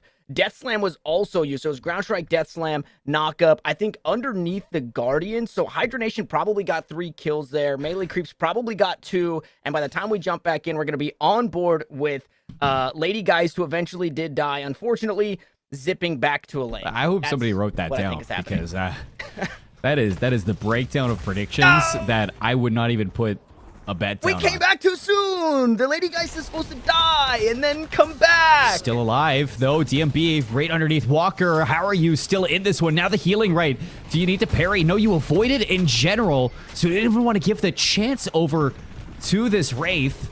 Somehow still living is the Lady Geist over towards melee creeps, just keeping that backline going. You have the lockdown of the Viscous from the Warden. And that is going to at least bring Hydranation a little bit back in this one. Now 1k down.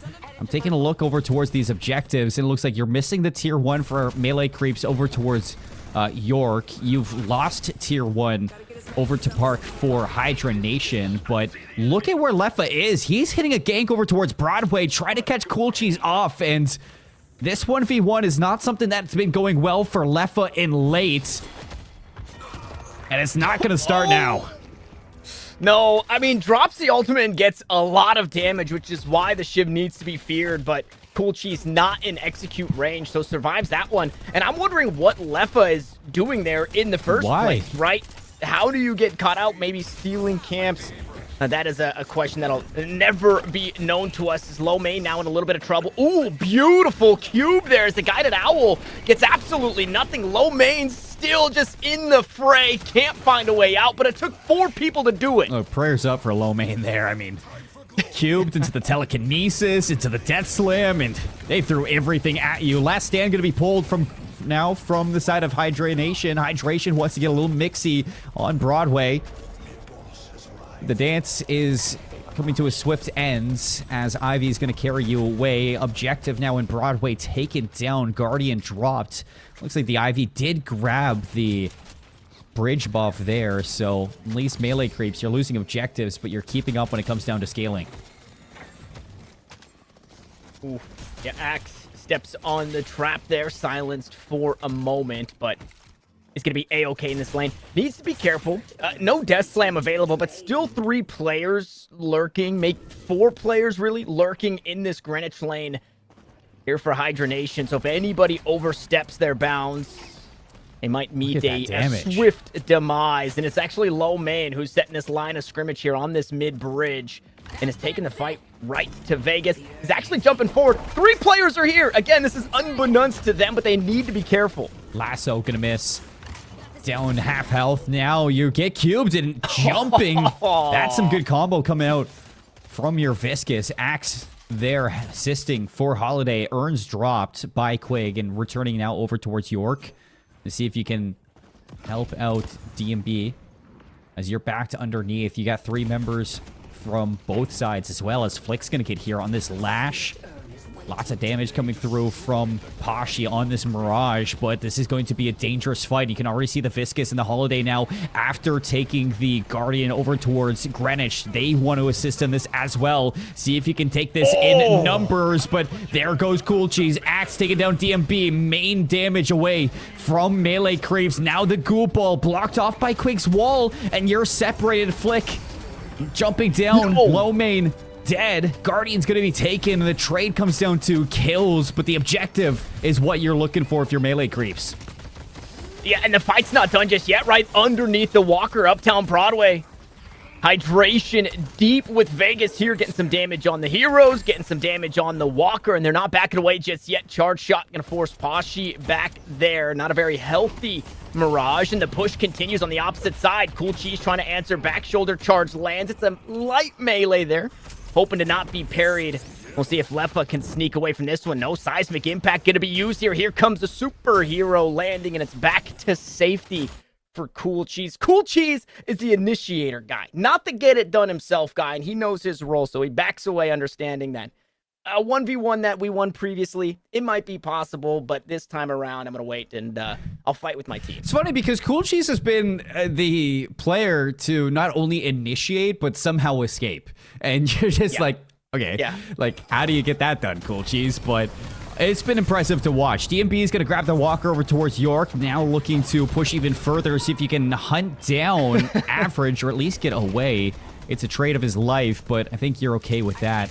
If you're Hydranation, Quake's going to look to keep Vegas alive, but not able to get the heal down as well. Good movement to get up top. Now using the fan to escape. You have an issue now that Kashi Pop has come into the fray to fight this one out as well. You get stunned down if you're Leffa. This is a tough fight to take, and if you're either side, you don't really want to fight it. He's trying to slither side to side, but you're not Viper, you're Shiv. You're going to die. And Kashi again getting the better of Leffa. Fights going well for melee creeps. They're running the urn, and it doesn't look like they're going to be able to get stopped. No, and the Death Slam escaped by just walking in the building. That's the #1 counter to a Lash ultimate right there. So Flick wishing he could have that one back. That cooldown. How? Going to be down for quite some time. Axe was trying to survive. Quig going to collect that kill in the subway. So melee creeps do eventually lose one, maybe make it 2. It was Low Main who escorted the urn across the map. Now eventually does go down, and Flick gonna get traded out. Meanwhile, on the back end, Average, playing with fire himself, but plays just on the outside to allow Cool Cheese to find a kill of their own. As Okay, that Saya makes falls sense. on the opposite side of the map. So yeah, a scrappy one to say the least, but the game is so incredibly close. This is a different Hydranation though, right? This is a Hydranation that feels like they have a little bit more of the answer. Yeah, it really does. But the main thing that's just so impressive from Melee Creeps is that Saya and Average both were on maybe 200 health. Saya, for like 20 seconds, held both Vegas and DMB over towards the middle of Park and just stayed alive on 200 health, which is like incredible when it comes down to Melee Creeps taking advantage elsewhere over towards York, for example. Now they have the lane pushed up a little bit, but how are you still alive here if you're Poshy Pop? He's going to go to the rafters, and that's a little new for me. The Guided Owl won't have a chance to see it. Temple Guardian has been taken down. Rejuvenator is dropping. Melee Creeps want to take this. Guided Owl is going to hit the ground in for the steal. Saya gets it. Melee Creeps, that was scary, but another Rejuvenator. They're 3 for 3 so far. Yeah, big damage there onto the players that were trying to secure the Rejuve, and so far, it's been 2 for 2. Those death timers cut in half, though, on the side of Melee Creeps. You can't say the same for Flick and Hydration as another one goes down. So if you can't get the Rejuve, you need to get it out of the hands of Melee Creeps, and that is the name of the game for Hydranation as those players are coming back online. Now you need to dance the dance of, do we get out before they make it back? Leffa finally able to find and execute with that ultimate online for the Shiv. But how much longer do they stick around, right? Resurrections have come through. Mirage, Holiday, Viscous, all back on the board here for Melee Creeps. But a really solid fight given that not everybody was there for Hydranation, right? That was an owl from downtown that got it started. And hey, who gets away with the Rejuvenator? It's Cool Cheese. Still has it. Urn's being run by Vegas, but this is most likely just distraction. Broadway's being pushed down. Melee Creeps looking to take this Walker on 2 sides. Poshy's going to get 2v1s, and DMB's looking to save Broadway as well. Fight over towards the Urn, as it looks like Vegas does want to secure this one, see if he can get it through. And it will be. So slowly Hydranation bringing themselves into an advantage. Healing, or Rescue Beam is going to bring Vegas away as well. And Melee Creeps forced to try and fight this one. In comes the Ivy, but do you really want to invest into this? You're trying to take as many away as you can and maybe stay alive, but this is impossible for you to stay alive if you're Saya. No matter how good you are, no matter how good your movement is, there is no way you get away. Could be anywhere. There's a world where it's absolutely possible. It's this Quick one. is still on the hunt. Poshy now forced back underneath the Walker here. Slam comes down and finds the stun. Saya is still on the wrong side of the map, but is teleporting out to safety, and that is the world that we are living in. But just on the opposite side is DMB, and they're trying to find something here. Can we get something back? It might be the Wraith investing quite a bit into this. DMB too far for Cool Cheese to want to leap forward. Hydration here to try and help keep him alive as locked down Saya here on the Ivy. And Hydranation are here to respond. And here's what's so annoying when playing against Hydranation for a lot of teams is because even though you've been playing, you know, I'd say notably a great game of Deadlock for games 1 and 2, Hydranation are, you lose Rejuvenator. You've been getting dominated in the early portion, yet they're still sitting here with 2 Walkers down.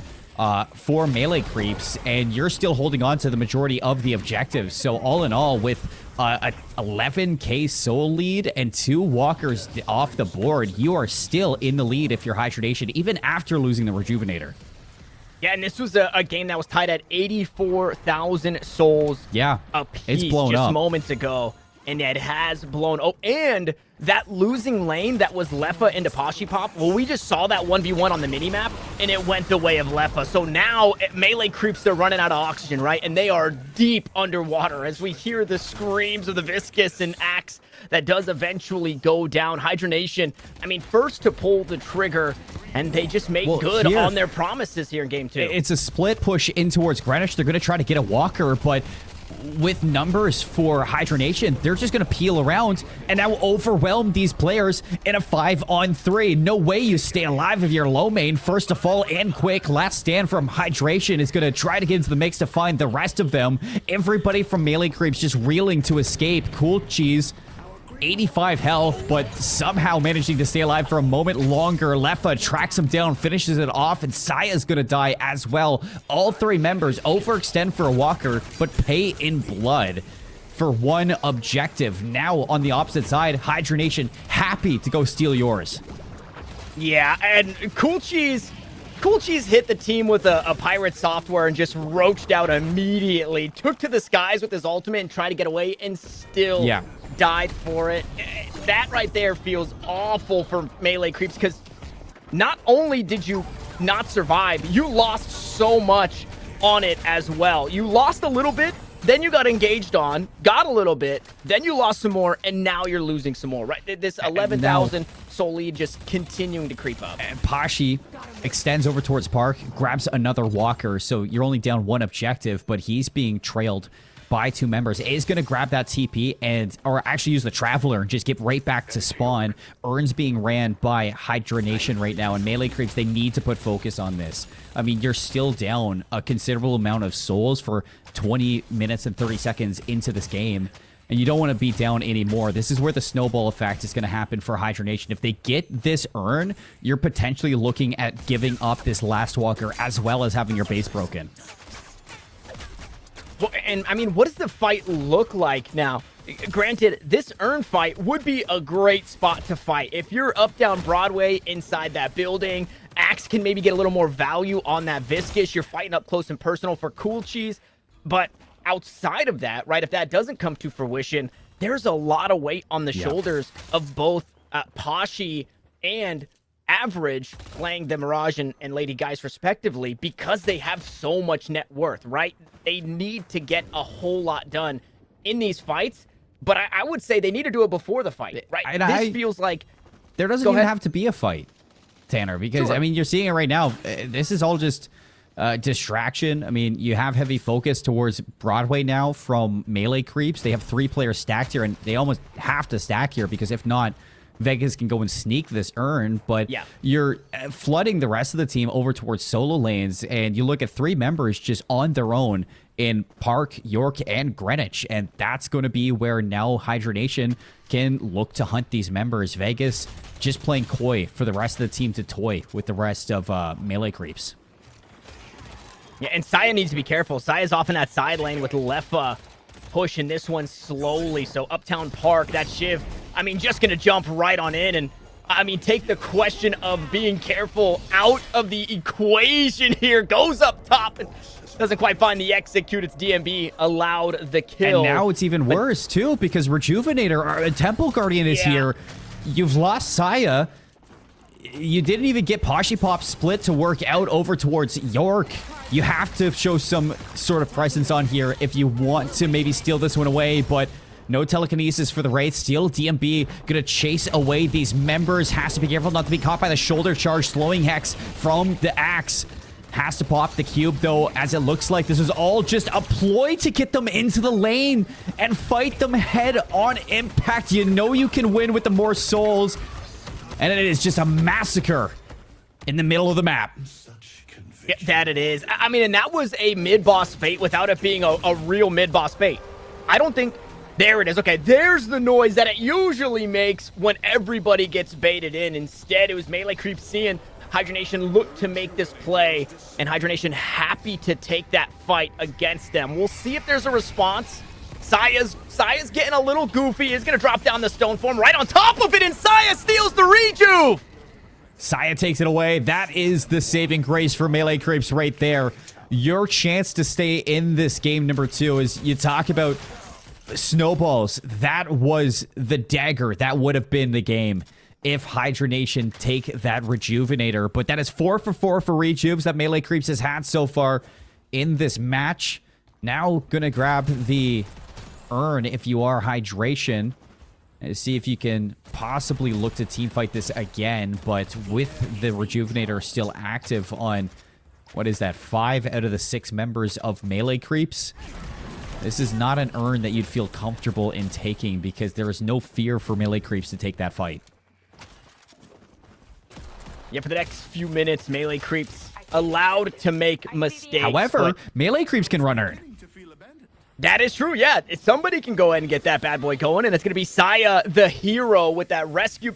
The rejuve steal, the rescue beam, now the airdrop out to safety. This is not a neutral urn. This is a melee creeps favored urn, so they get this one for free. Meanwhile, Guided Owl going to the outside. Average needs to be careful because Leffa is in tow. As Cool Cheese also looking to play pinch here on the Shiv. How much can Leffa get out of this? If anything, Life Swap comes on through. It's low HP on the Shiv, and eventually Leffa will go down, so punished for the aggression there, but they still want some more. Melee creeps looking to fight. Death Slam active, and it hits. Slam back down right into the midst of everything is Pashy Paw taken down by Quake for the finisher. The assist, ginormous out of Hydranation. Still, you have to worry about the rejuve for some of these members. Final Walker will go down to Broadway. And that is all objectives gone outside of your base for melee creeps. It's a defense time for a little bit. Another urn being ran.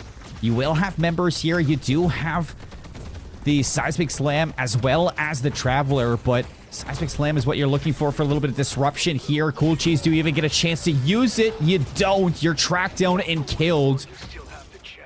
And this urn is going to be a tough one to put in. Everybody's here from Hydranation, and they have ultimates. And Guided Owl also heading that direction. It seems like they've got eyes on Saya looking to make this one land.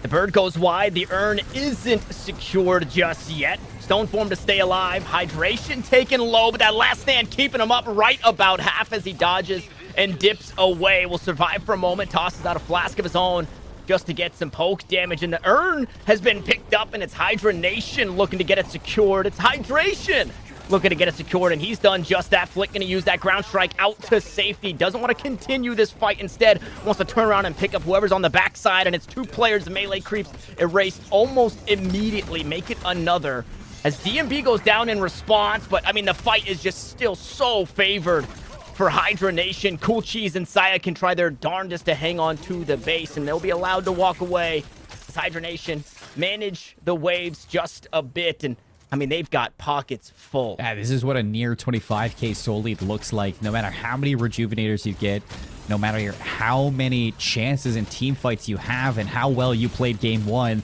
at the end of the day, you're still playing NA's best. And for multitudes of tournaments, Hydranation have shown that they are the best on the map. So respect really being given now inside of game number 2 as Hydranation, without having all the buffs around the map, still in the lead for this game. And melee creeps got to be really careful with what they're going to be doing into these next moments. And you look towards even the stats here. What was probably one of the biggest players back in game number 1 was Low Main, and what they were able to do with the Holiday. 2 and 10. Just hasn't been able to get going on this hero in game number 2. And I wonder if that's because you're missing out on that high octane energy that was fight after fight in that first game. It has been very, very fundamental from Hydranation, and with that, they have just been dominating in terms of these transitions. Yeah, and I mean, without the Viper, I don't want to say the Holiday is lacking, but it does feel like there's less urgency from melee creeps, right? Pashy hasn't had the same split pushing value that they had on the Viper now that they're playing the Mirage here in this one. And that could be because of the way that Hydranation is playing, right? It could be the way that the matchup has been going since that 20-minute mark. Could even be the understanding of Mirage over Viper. It could be so many tactics right now coming out from Hydranation that they just feel more comfortable against these heroes. Now the base being broken in, Tanner, and this is where you're looking to make a stand if you're melee creeps. Yeah, I mean, split push is out of the question. It is try to defend your base, and they've done so successfully for now. 1 for 1 so far in the trade. It's Cool Cheese getting deep into the fight, but way too deep and gets taken down. Another follows. And, I mean, there's a wave to worry about. York is under fire thanks to the creep, but it doesn't matter. Hydranation not happy about the way that game 1 went, so they came to make a statement here in game 2, and they are moments away from doing so. Just shy of 30 minutes here They take down the patron here. Tier 1's gone, and into the pit they'll go next. And this looks like it's going to be the game. You lose average on the exit, too. Back to the respawn. Couple members going to be here to try to defend, but with the McGinnis on your team, the cold front on the patron, it is done. Game 2 to Hydranation.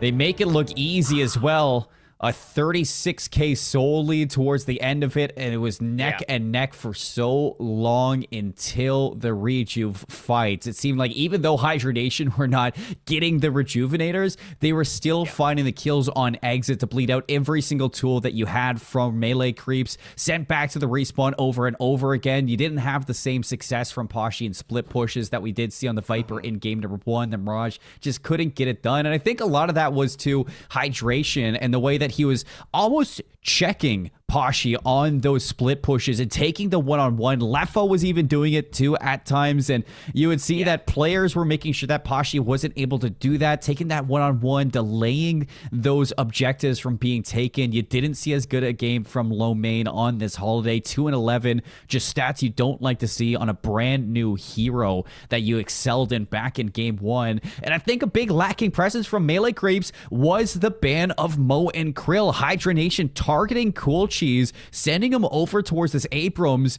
and albeit the Abrams was so good within the first 8 minutes of the game, but after the mid-boss spawned and everything ended for the lane phase, and you had so many transitional battles for Hydranation just hunting you down on the map, the Abrams wasn't able to really have the impact that the Mo and Krill was, and that is just a fantastic target ban coming out from Hydranation, really taking out the heart and soul that made that game 1 possible.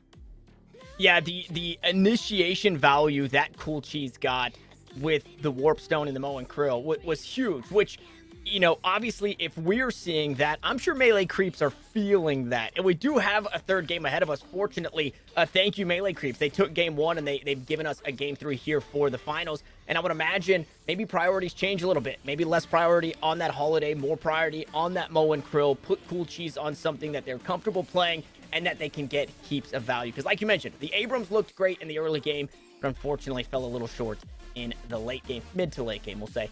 But with that, we are guaranteed a game 3. Hydranation, they looked like Hydranation there in game 2. They come out on top of it 30 minutes in with a 30,000 soul lead, and we'll see if they can get it done again. We'll see if new heroes join us. We'll see how it all plays out. If we stay kooky here in First Strike 5 Strikemania, or if we go back to good old vanilla Deadlock in game 3. But we're going to jump away for a short break. We're going to rest and refit for a sec, and we'll see you guys in just a sec. This time you crossed the line.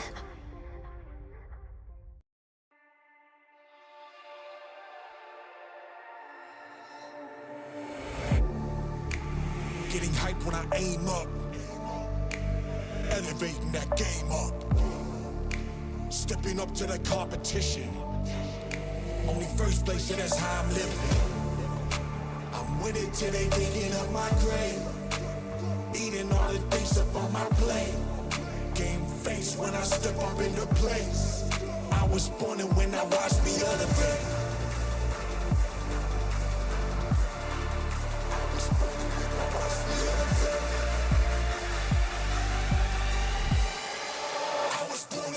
Watch me elevate.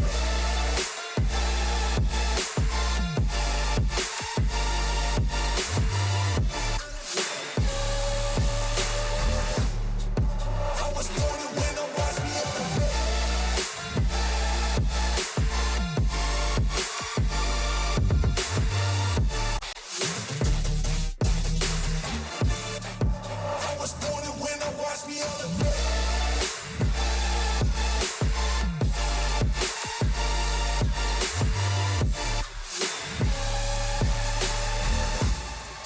I was born to win, now watch me elevate.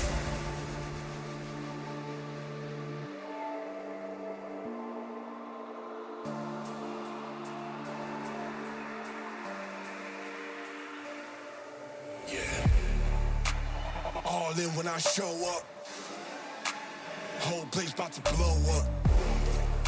Superior to that competition. I'm in first place, yeah, that's how I'm living. I'm with it till they digging up my grave, eating all lot of things up on my plate. Game face when I step up into place. I was born and when I watched me elevate.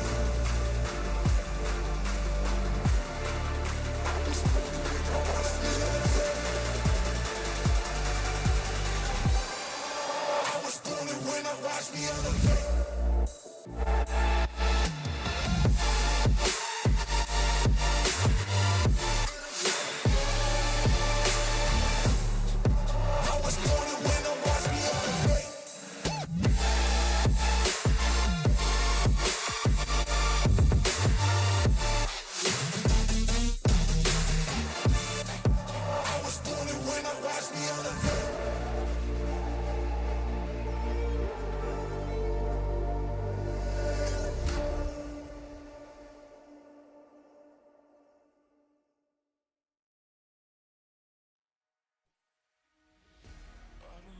And here we go. Game 3 just around the corner. Hydranation, believe it or not, they've managed to take us to a game 3. Yeah, believe it or not. I know it's crazy.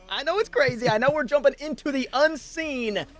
But fortunately, we have been blessed. And that's the only way to play out a grand finals is running the whole best of whatever. If this was a best of 7, I would expect 7 games. But here we are. Last game of the night.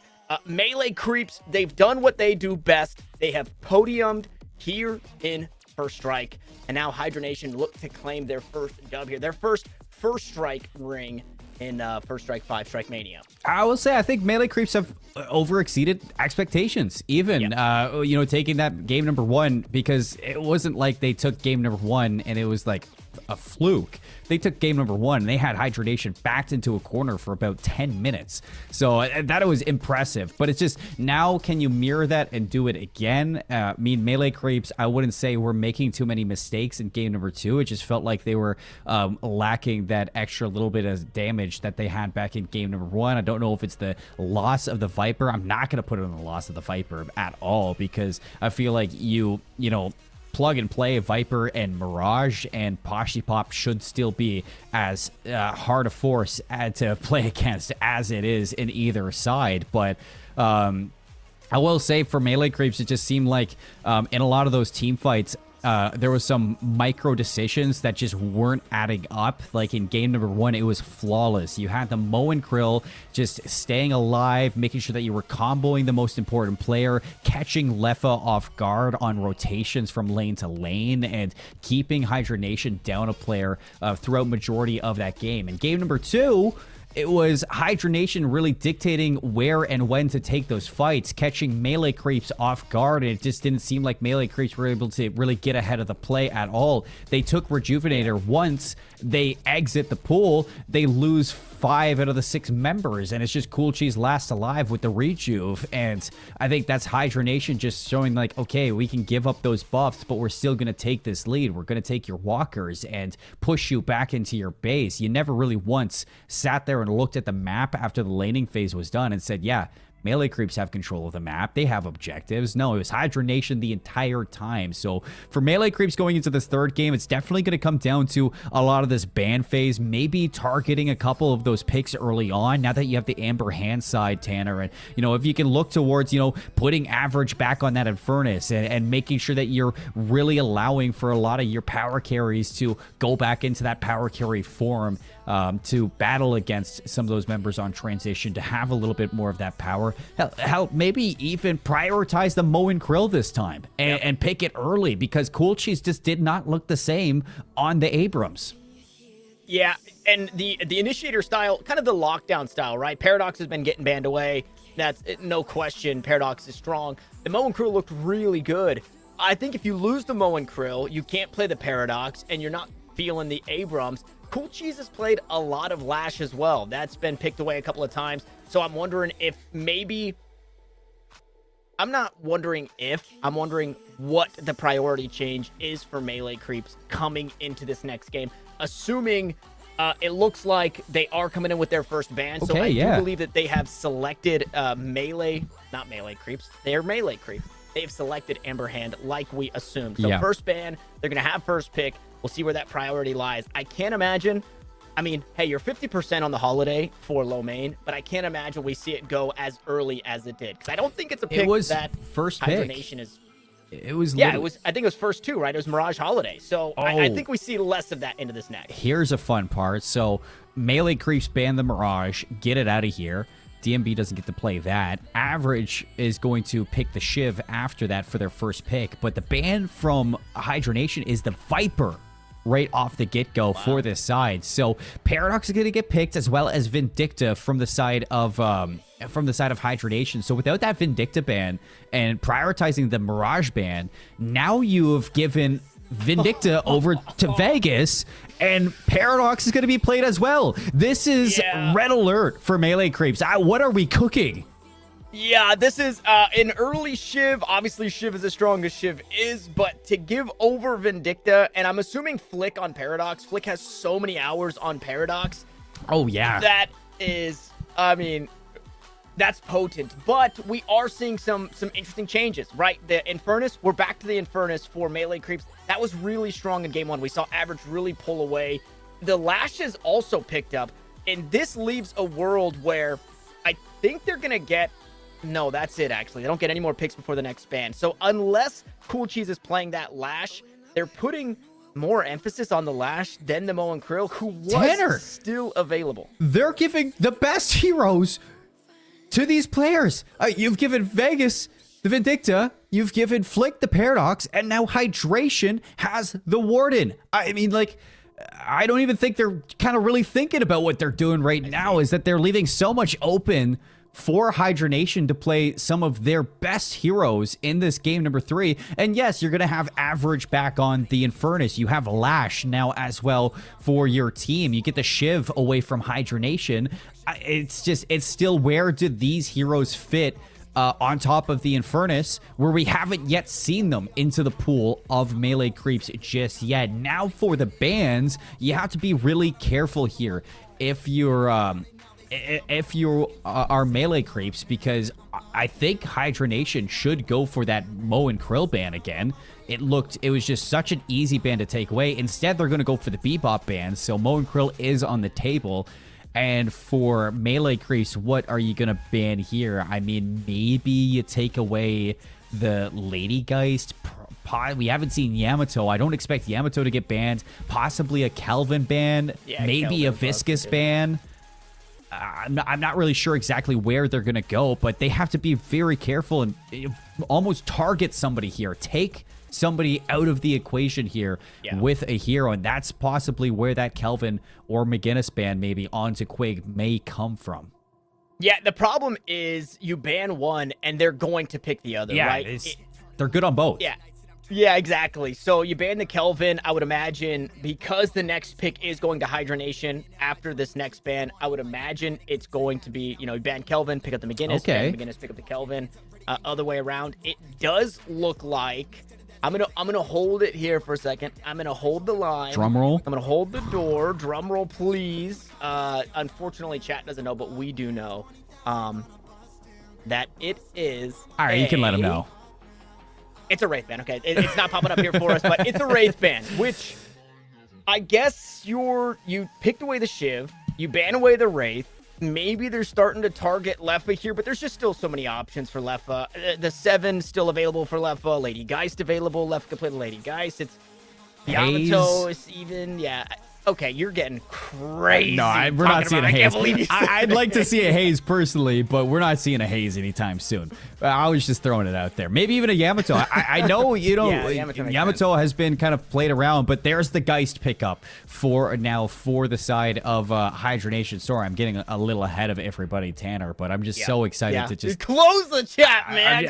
I'm just so excited to kind of get on this one. Yeah, so the Lady Geist pickup, like you were saying, that's a good one. Even Lady Geist was fantastic in the hands of melee creeps, especially in that early game for the ganks that we did see. Melee creeps doing a good job of just kind of staying active on the map, but you get that Lady Geist pick. On the other side, still Mo and Krill is available. I would like to see that go to Cool Cheese, possibly even over towards the 7. You already have the Infernus, though, so I'm not sure if you want to go Infernus and 7 both, possibly, jump in towards a support at that point on top of it, like the Ivy or like the Kelvin that we did see in games past. But lots open here, lots of ideas. What do you think?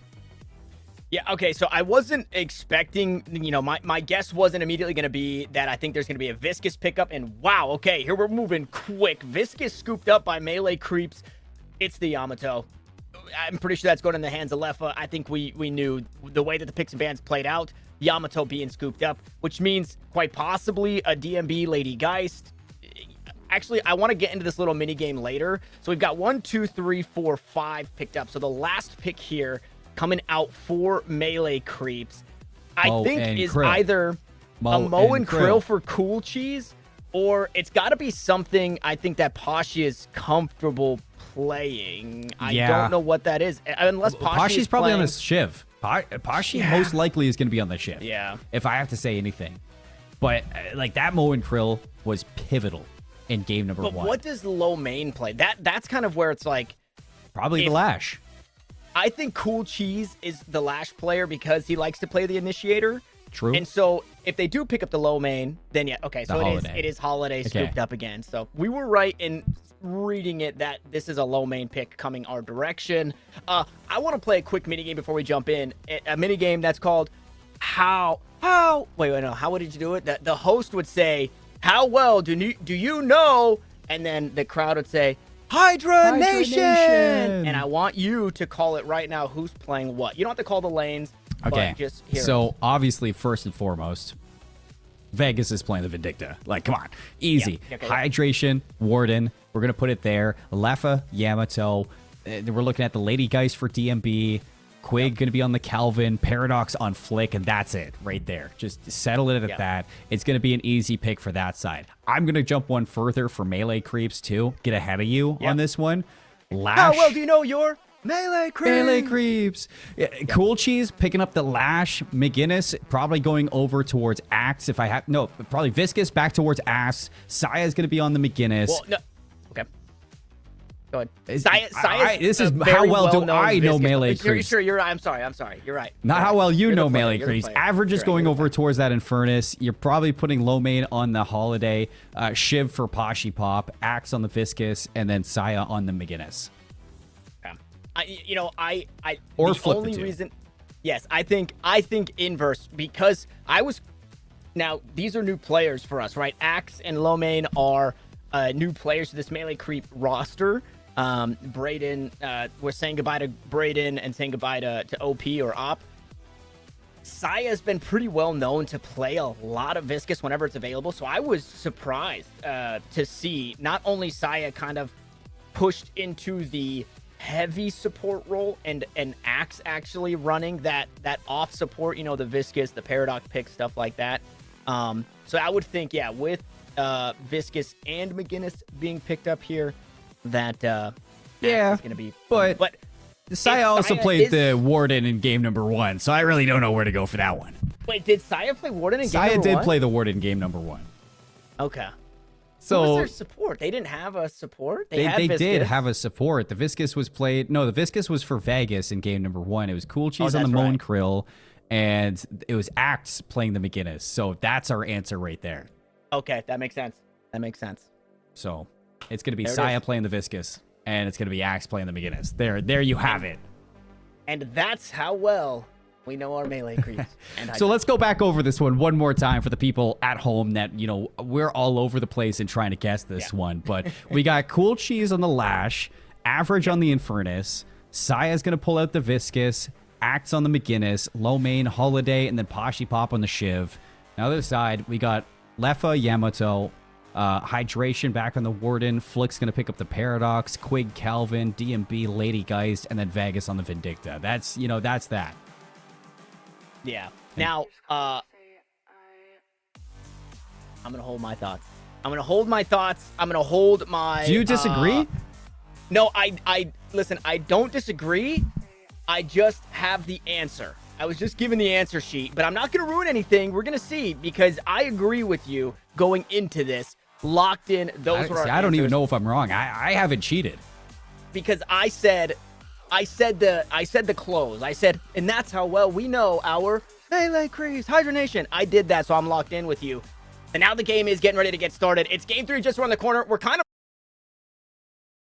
day. We had our new heroes introduced, and now we jump on into the cursed apple melee creeps, your Amber Hand, Hydranation, your Sapphire Flame, and we are underway. And now we get to see how well do we know our melee creeps. Yeah, we apologize, everybody, because we're just like losing our mind here on the desk. But yeah, we were on point for Hydranation. There we have it. But wow, melee creeps. Did we miss the mark on a few of those? Cool Cheese, yes, the Lash, but average. Gonna be playing that Shiv and Kashi on the Infernus. So we had that one backwards, which, to be honest, you know, our guess was just as good as anybody else's guess, I'm sure. But they just trolled us, I'm sure, as they're probably listening to us. Yeah, you know, that is something that's so exciting to me when you've been watching the game and you get so comfortable, because the roles are kind of all over the place, but you get so comfortable with the team or with teams in general, just as a spectator and a fan, that you kind of see like, oh, this is going to be this person's pick. Like, oh, okay, we know that that's a Lefa Yamato stuff. Like, I love like being that tapped into the scene. So that little segment was more for me than anything, because that's a lot of fun for me to guess who's going where, because here's it's not my as fleshed favorite out as time. other MOBAs. And here's my favorite thing right now. It's game 1, Hydranation dominate the early game. They looked fantastic. And then melee creeps come out and win it. Game 2, melee creeps absolutely dominated, rotating lane to lane early on and just kept on keeping Lefa behind. But then Hydranation still win it. So game 3, do we go back into whoever wins that early game loses the late game? Like, it's been so backwards today, I feel. 100%. I think what we saw is something that we do see a little bit from Hydranation, as this is a skirmish that we've seen a handful of times. Last game it was going well for Kashi. This time is forced to use that flame dash out to safety, but it was also a Mirage, though, versus Shiv, and I would give that to the Mirage 10 days in a row. Yeah, I think anybody who is a little familiar with the game would know, right, just how much that Jin's mark rips through the bloodletting of that Shiv. Yeah. It makes that ability feel pretty non-factorish because of how strong Jin's mark is all throughout the game. But to the point that you were making, right, about like early game, late game, I think we've seen Hydranation lose early games. All the time. I think we've seen them struggle in mid games, but they really pull it together the way Okay. they play around the map. Kashi was thinking that he'd get the parry there and just survive. Or maybe, hypothetically, kind of throw it up there, is that, you know, you get the execute onto the Guardian, and it's not going to give as much over towards Lefa, but it was Lefa who got contributed to the kill. But Yeah. Vindicta here for Vegas. Cool Cheese stands no chance. Traded, though, by Axe. The McGinnis going to get active, but can you stay alive and get away? It looks like, yes, you can. You're going to be able to collect these souls as well. You don't want the last one, though. But we also saw pretty low was Quake on the opposite end for a Hydranation. So some early blows being traded. Definitely seeing a lot more damage coming out from this holiday than we did see back in game number 2. So Low Main slowly figuring out this hero as we go through this series. But I kind of like this from the holidays. You can see that you're trying to find angles like the Mirage. See if you can land these shots to get that crack shot going onto these players. And it looks like they want to finish off onto Quake. The hunt is on. And that should be a kill. Easy as could be. Yeah, that's what you hope to see from Low Main too. Have a little bit slower of a second game this time. I mean, the pedal is to the metal here for melee creeps, as they are finding themselves a nice early game lead. DMB also receiving a bit of damage here from Average on the opposite side. This was, we saw the Infernus into the Shiv. It was DMB on the Shiv. Now we're seeing Average maybe showing DMB, right? This is how we get it done, but they were able to find a lane and beat it down. They did it against Lefa in game 2, didn't work out in the late game. They did it against DMB in game 1, and they continued to exploit that. And we saw it just for a second, right? Saya was trying to do the same thing. Fortunately, DMB is making changes, right? DMB is adapting, saying, I can't just stay here and die and give up this objective. Heads back to base, comes right back out to fight healthy. And it's smart, too. A little bit of an issue, and quite the enigma on the map right now is, you look at this Greenwich lane. and you are nearly a whole 1k ahead. If you're Hydration, you were for a moment. Now it's starting to level out a little bit more, but he is so far into this lane, and he had the last stand. He burned it early, didn't really find value out of it, but that is scary to see for melee creeps on that side. When Hydration gets going on this Warden, it's almost hard to stop him. I mean, and Axe is really making a name for himself here on this McGinnis, continuing to find these kills. Cool cheese supplements in the neck. So they're shaking hands here in Greenwich, getting heaps of value. And this is a little different of a look than the Abrams, right? Cool cheese on the Abrams really had to be in your face, and you weren't guaranteed anything for it. Now on the Lash, can play pokey, can play bursty, and can also find ways to disrupt this lane when that ultimate comes online, which we're seeing it, right? Used it already. Oh, here's a jump in, and Flick wants to finish off these kills, but you have Average in for the paradoxical swap. Still goes for the coiling blow. Parries it. Still falls, but Flick giving himself a chance in that fight. DMB's there as well, so really some backup over towards that Park lane as you are going to get a revive coming up. Now trying to get back to it is Flick over towards Broadway is a fight where the Ice Beam just tears through low main after you lose your Guardian. You also saw a skirmish over towards York as well, as there was one by Hydranation. Just trades all over the map throughout this game number 3 as you're looking finally for these tier 1s to fall.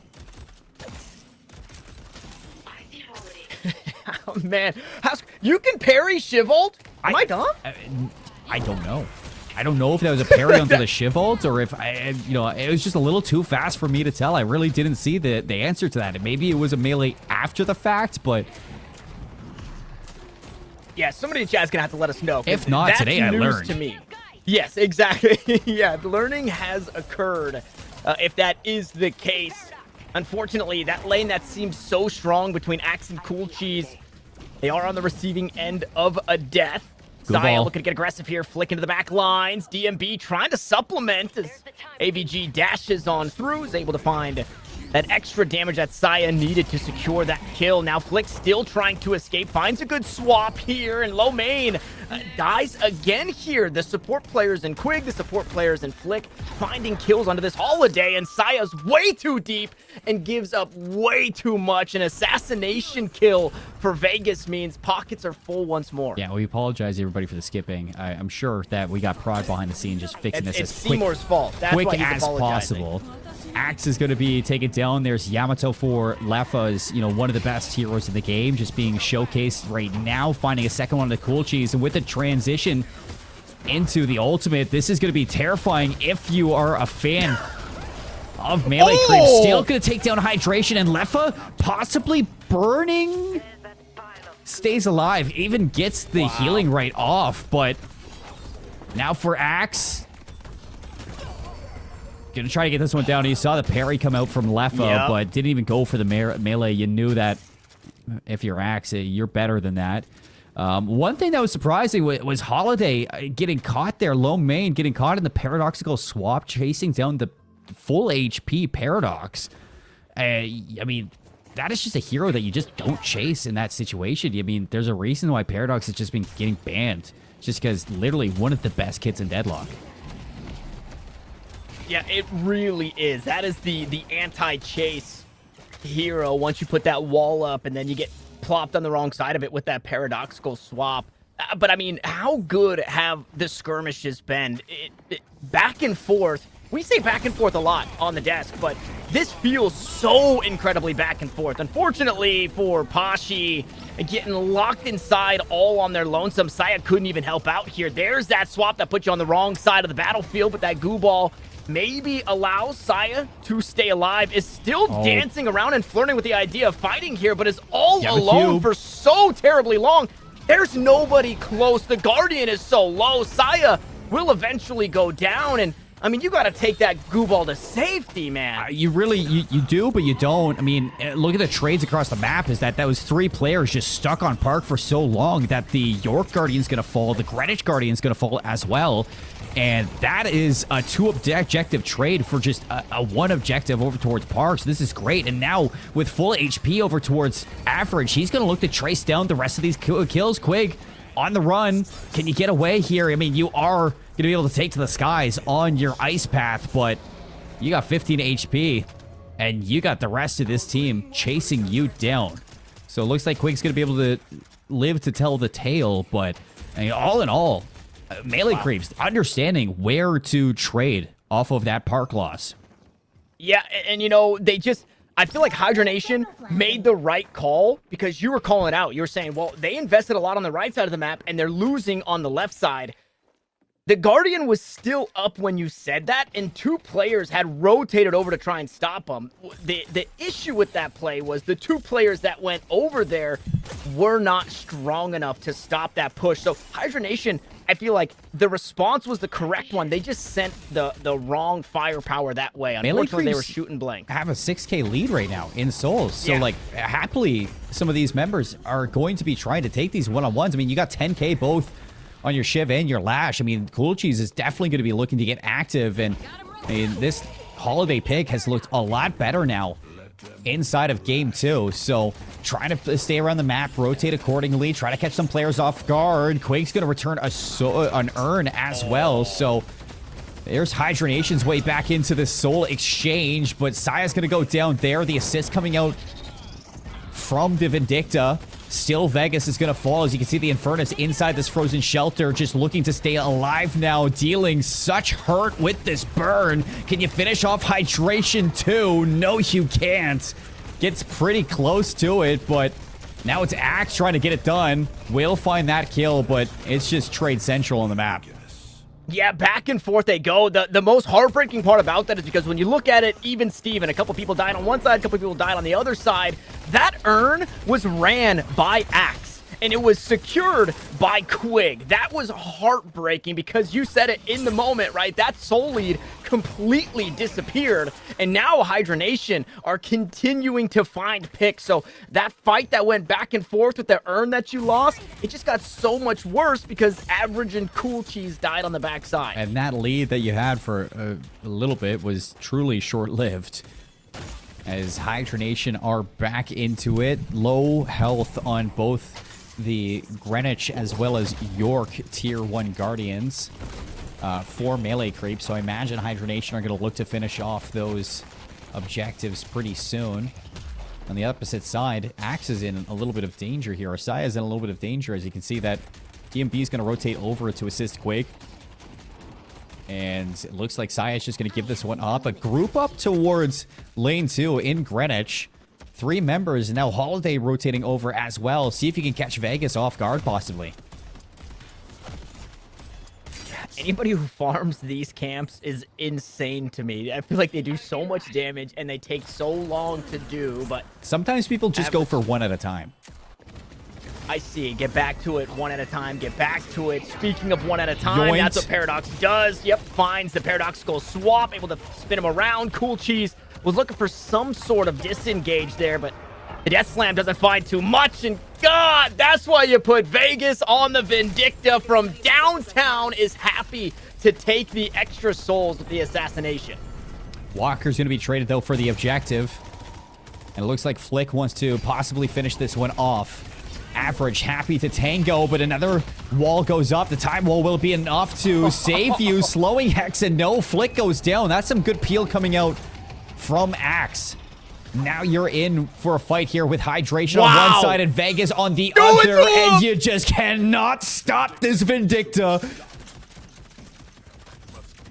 I mean, not to take away from what Vegas just did, because that was cool, but it's freaking Flick, man, on the Paradox, jumps in to fight Average, and you're thinking, what is this guy doing? And then dances around the wall long enough to have that rotation come through and those kills picked up by Hydration and Vegas. Well, mostly by Vegas, who hit the assassination on him one time. I think they got one extra kill with the ultimate there. That second one didn't give them the souls, but man, again, Flick on this Paradox is an absolute problem and does it again. Before you could even say anything, Viscous is inside the cube at 500 HP.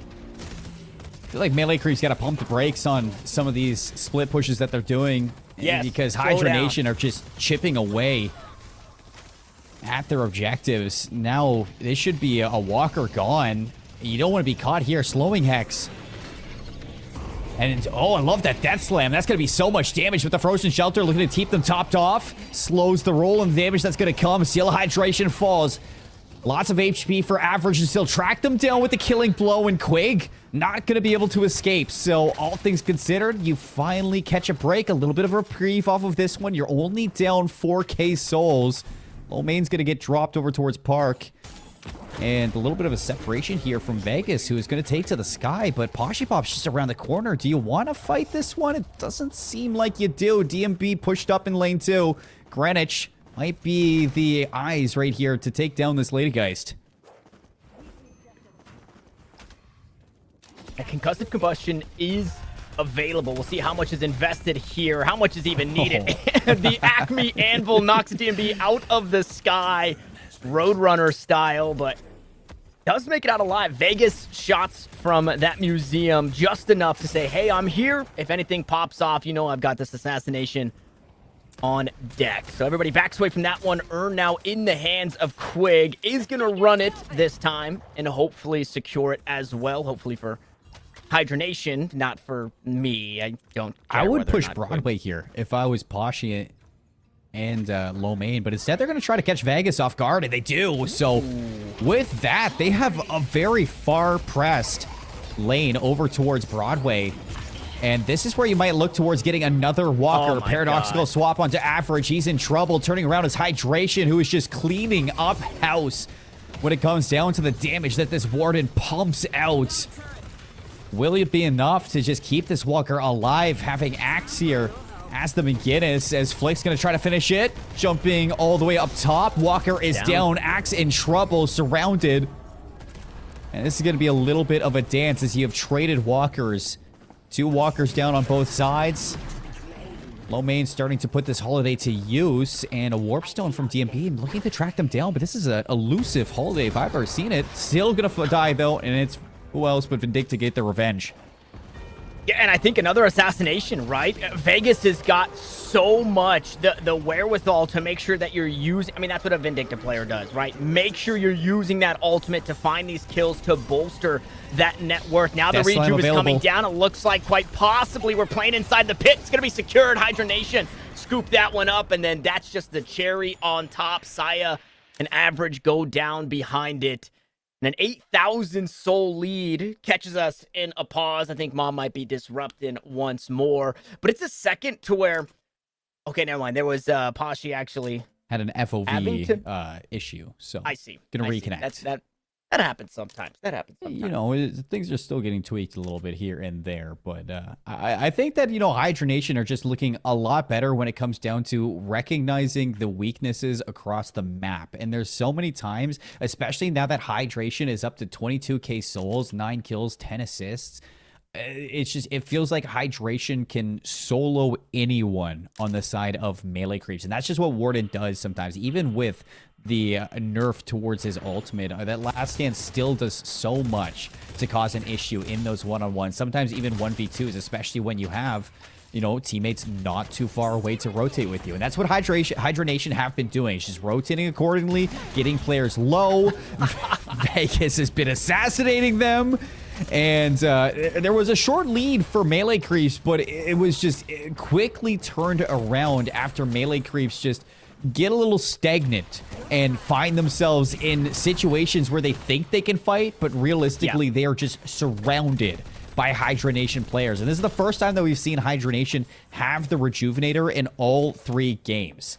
So this is their chance to really just steamroll and see if they can put an early nail in this coffin.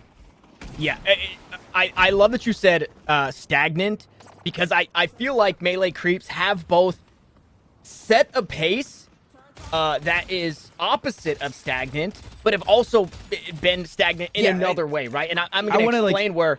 Go ahead. I want to just say is, like, I say stagnant, but it's in a situation, like, it seems like every single time they go to split push, they expect to die. And that's just not a recipe to find yourself succeeding here. And Coolchi's just going to jump up for the Death Slam in front of Vegas and Flick. Why? obviously to give Vegas more souls. Another assassination kill there as this Walker being pressured, and with 2 players down, Axe also falling there right behind Cool Cheese, who took to the skies, and the base is starting to be opened up as Quig here on the front lines.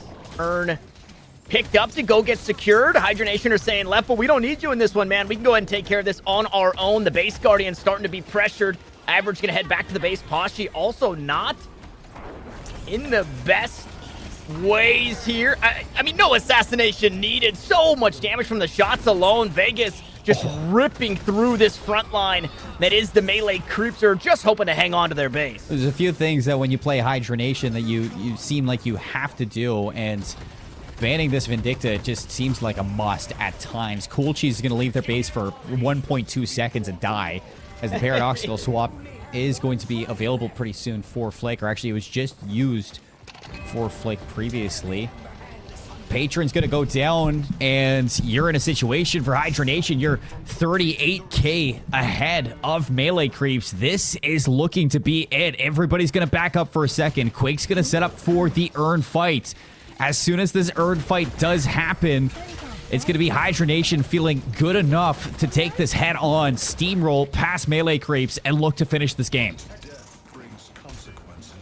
And Pashi trying to hold on there, sends out that concussive combustion. What more can they find? Lockdown coming on through. They play the crane game, and he's stuck on inside of it. Hydration just hoping to survive, but it proves to be too many players there for melee creeps. For that Warden to get out. So you have an early kill there onto DMB after you lose your patron, and DMB is going to get the Rejuvenator respawn, but Hydration doesn't.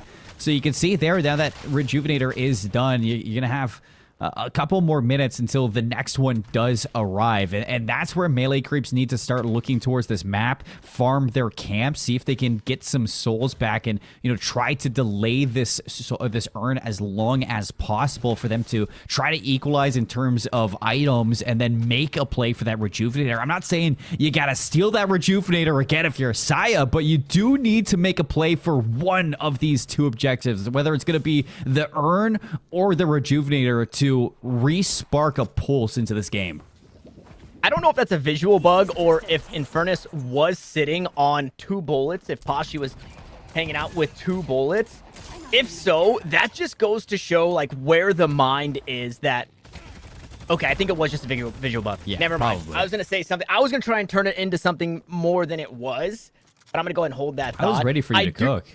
Yeah, I was there, but the visual bug was... I undercooked the chicken and gave everybody food poisoning. Wow. Salmonella poisoning. Dang. Why would you do that? Sorry. Well, Quig, looks like you're making a run towards this urn, as look how far away you are on this Shiv. Trying now to get back to this whole thing. Death Slam doesn't hit Hydration, and he's blocked off by the building. It's going to Warpstone away from this one if you're the Lash. So Cool Cheese just not ready to run into this just yet, as everybody's here to fight for Hydranation. Same with melee creeps. This fight may determine the game, as Frozen Shelter onto Saya. This Viscous looking to barrel through from side to side of this dome. Hydration's gonna drop, but it's a trade for 1 for 2. Saya drops, and so will Low Main. Forget the urn. This might be the game. Yep, that it is. The urn is headed back home. Meanwhile, Hydranation look to claim stake to that of melee creeps. I mean, it's already reset, right? The Patron's in the pit, and we've seen it get shredded. And it looks like they're jumping on in DMB inside the pit here on this lady. Geist flick here to supplement. A fight is happening on the outside, but it looks like this could be the end as the rest of Hydranation start to flood on through. The health bar getting low. Melee creeps, they're stalling, but I mean, it's only for a moment, right? Only stalling the inevitable as everybody goes down, and Hydranation do it once more. They take their first strike victory here in First Strike 5. Strikemania, and they claim their spot on top again. Hey, respect to melee creeps and what they brought today for this grand final. I mean, these players really stepped up in a lot of facets, but when it came down to the fundamentals in games number 2 and games number 3, you just saw that Hydranation were a pack of wolves tracking down melee creeps in these split lanes, and they just weren't able to find some bearings in terms of a foundation to build on into a win. And I can't think about how long this lead was for Hydranation. At one point, it was a small lead for melee creeps, and as soon as they witnessed that, Hydranation just flipped it on a dime. You saw Hydration, just stack up to 22k souls, highest in the lobby for so long. You saw Lefa just traveling around, dealing so much damage. Vindicta being held over to Vegas, or handed over to Vegas, and absolutely just crushing it when landing these assassinates.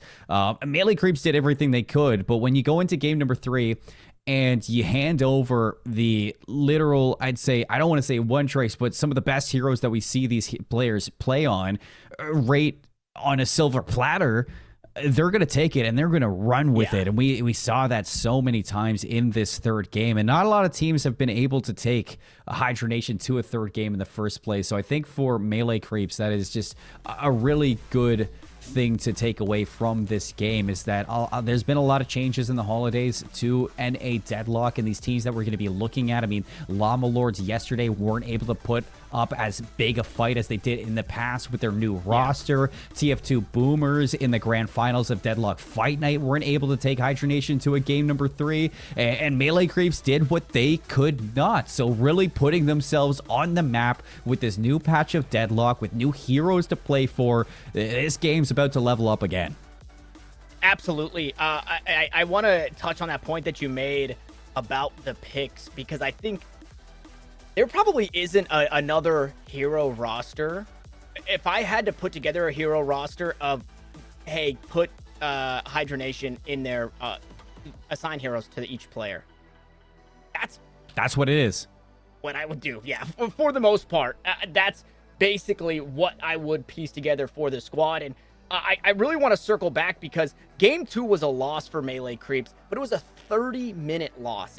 The game looked much more favored for Hydranation than game 1 did, as we got to that mid to late game, but they managed to take him into deep waters. They did. It was, and it was a more, because again, adding Holiday into the mix, although I think there's a world where more skill expression can be shown through time, I don't think there's any takeaway from game 2 and game 3 to say, well, Melee Creeps were playing Holiday, so this game doesn't really count, right? And so for them to put up the game that they did, I think what happened in game 3 is they set a pace, Melee Creeps that is, set a pace that they couldn't uphold.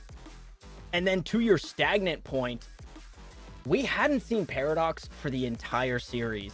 And I can't imagine Paradox is making it through picks and bans and scrims or face it, the circuit, wherever it may be. And I think that's where the stagnation kind of came in.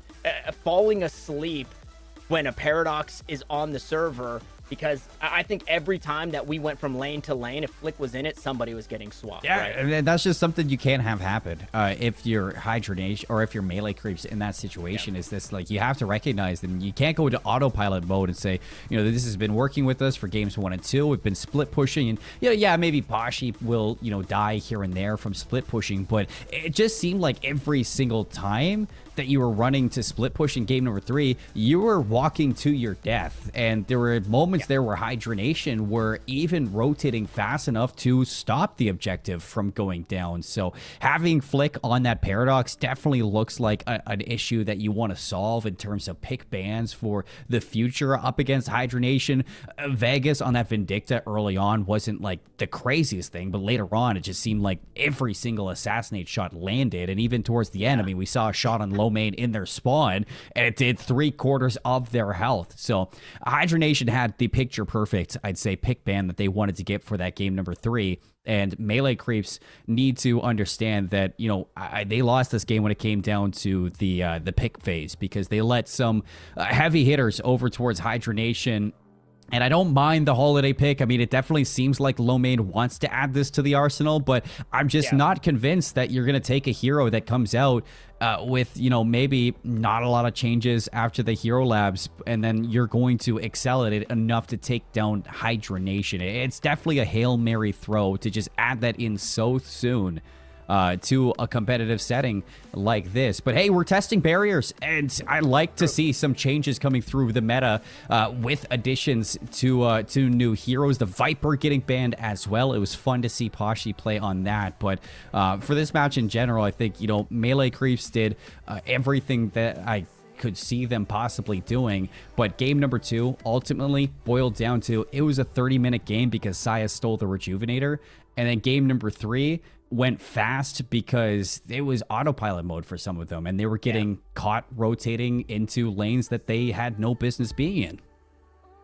Yeah, and as much as we harp on melee creeps making those mistakes, the opposite side of the coin is, in game 1, Hydranation didn't respond appropriately. Game 2, we saw them kind of correct themselves after the silliness in game 1 because they were playing Calico.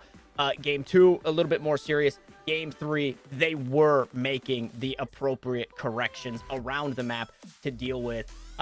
They weren't trading, they were responding, and it worked well for Hydranation. You know, it's funny, a different chapter. Because go ahead. You know the logo of Hydranation and how it's the 3-headed Hydra meme, and it's like you go from the silly head to like the all right kind of serious head, and then you're into it's all business right now for Hydranation. It's the evolution of this team across the best of 3.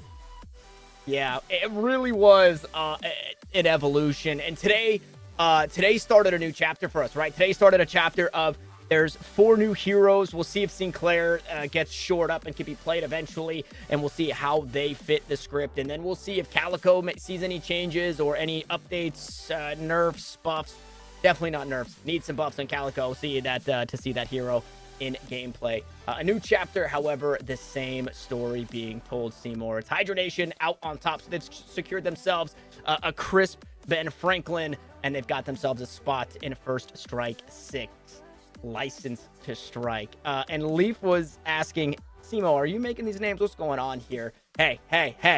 That's part of the atmosphere here in First Strike. We like to be a little goofy. Cmoore, before I let you say your closing remarks, I do want to say, if you can parry Shiv Ultimate, let us know at Tanner_Metro, at CMooreCast. That's something that we need to know from the chat. Now that I've got that out of the way, Cmoore, any closing remarks before we close out the show? Yeah, I gotta know if that's a real thing, but it gives some love to Fall Snap for putting on tournaments like this, because there's not a lot of tournaments around Deadlock, especially at the grassroots level, that give even a small but yet a prize pool to these teams in North America to put on some competition, to play at their top level, to test out the waters for what they, you know, throw into scrims, but now need to delve deeper in towards the competitive side of things in a one-on-one match like we have here. And Hydranation, they're the best, but melee creeps put them to the test. And for the next one, I mean, obviously Hydranation are invited to it for License to Strike, First Strike number 6, but we got a lot of teams in North America, and we got to get things kicked up here at Deadlock, guys. So make sure that you are signing up, getting involved for the next one. We want to see everybody through the moon for First Strike number 6, License to Strike. So head over to Fallstat, send them a DM, get involved with them, and let's see if your team can take down Hydranation, because somebody's got to take them down soon. Yeah, somebody's got to do it. We need to see a new name in the top. As for melee creeps, they came and did what they came to do. They podiumed once more. They are a household name here, not only in the NA scene, but for First Strike and Hydranation. I mean, they did what they do best. They came, they saw, they conquered, and they take that first place spot. We'll see them in about a month's time. Hopefully we see you guys in about a month's time. Again, yeah, huge shout out to Colossal Tournaments and FallSnap for putting these on as an appetizer to keep us hungry for more Deadlock. There's a couple more teams that I want to see more out of. Elion, I'm calling you out. Put a team together. I want to see you showing up. Same thing with the Dorian. I'm excited to see where those players land, if not on the same team. But let's get back into the swing of things here in 2025. Let's make 2025 the year of Deadlock. But we've rambled enough. We turned it into a podcast here at the end. We're actually seeing how long we can go before our producer and Nat say, guys, please just end the stream.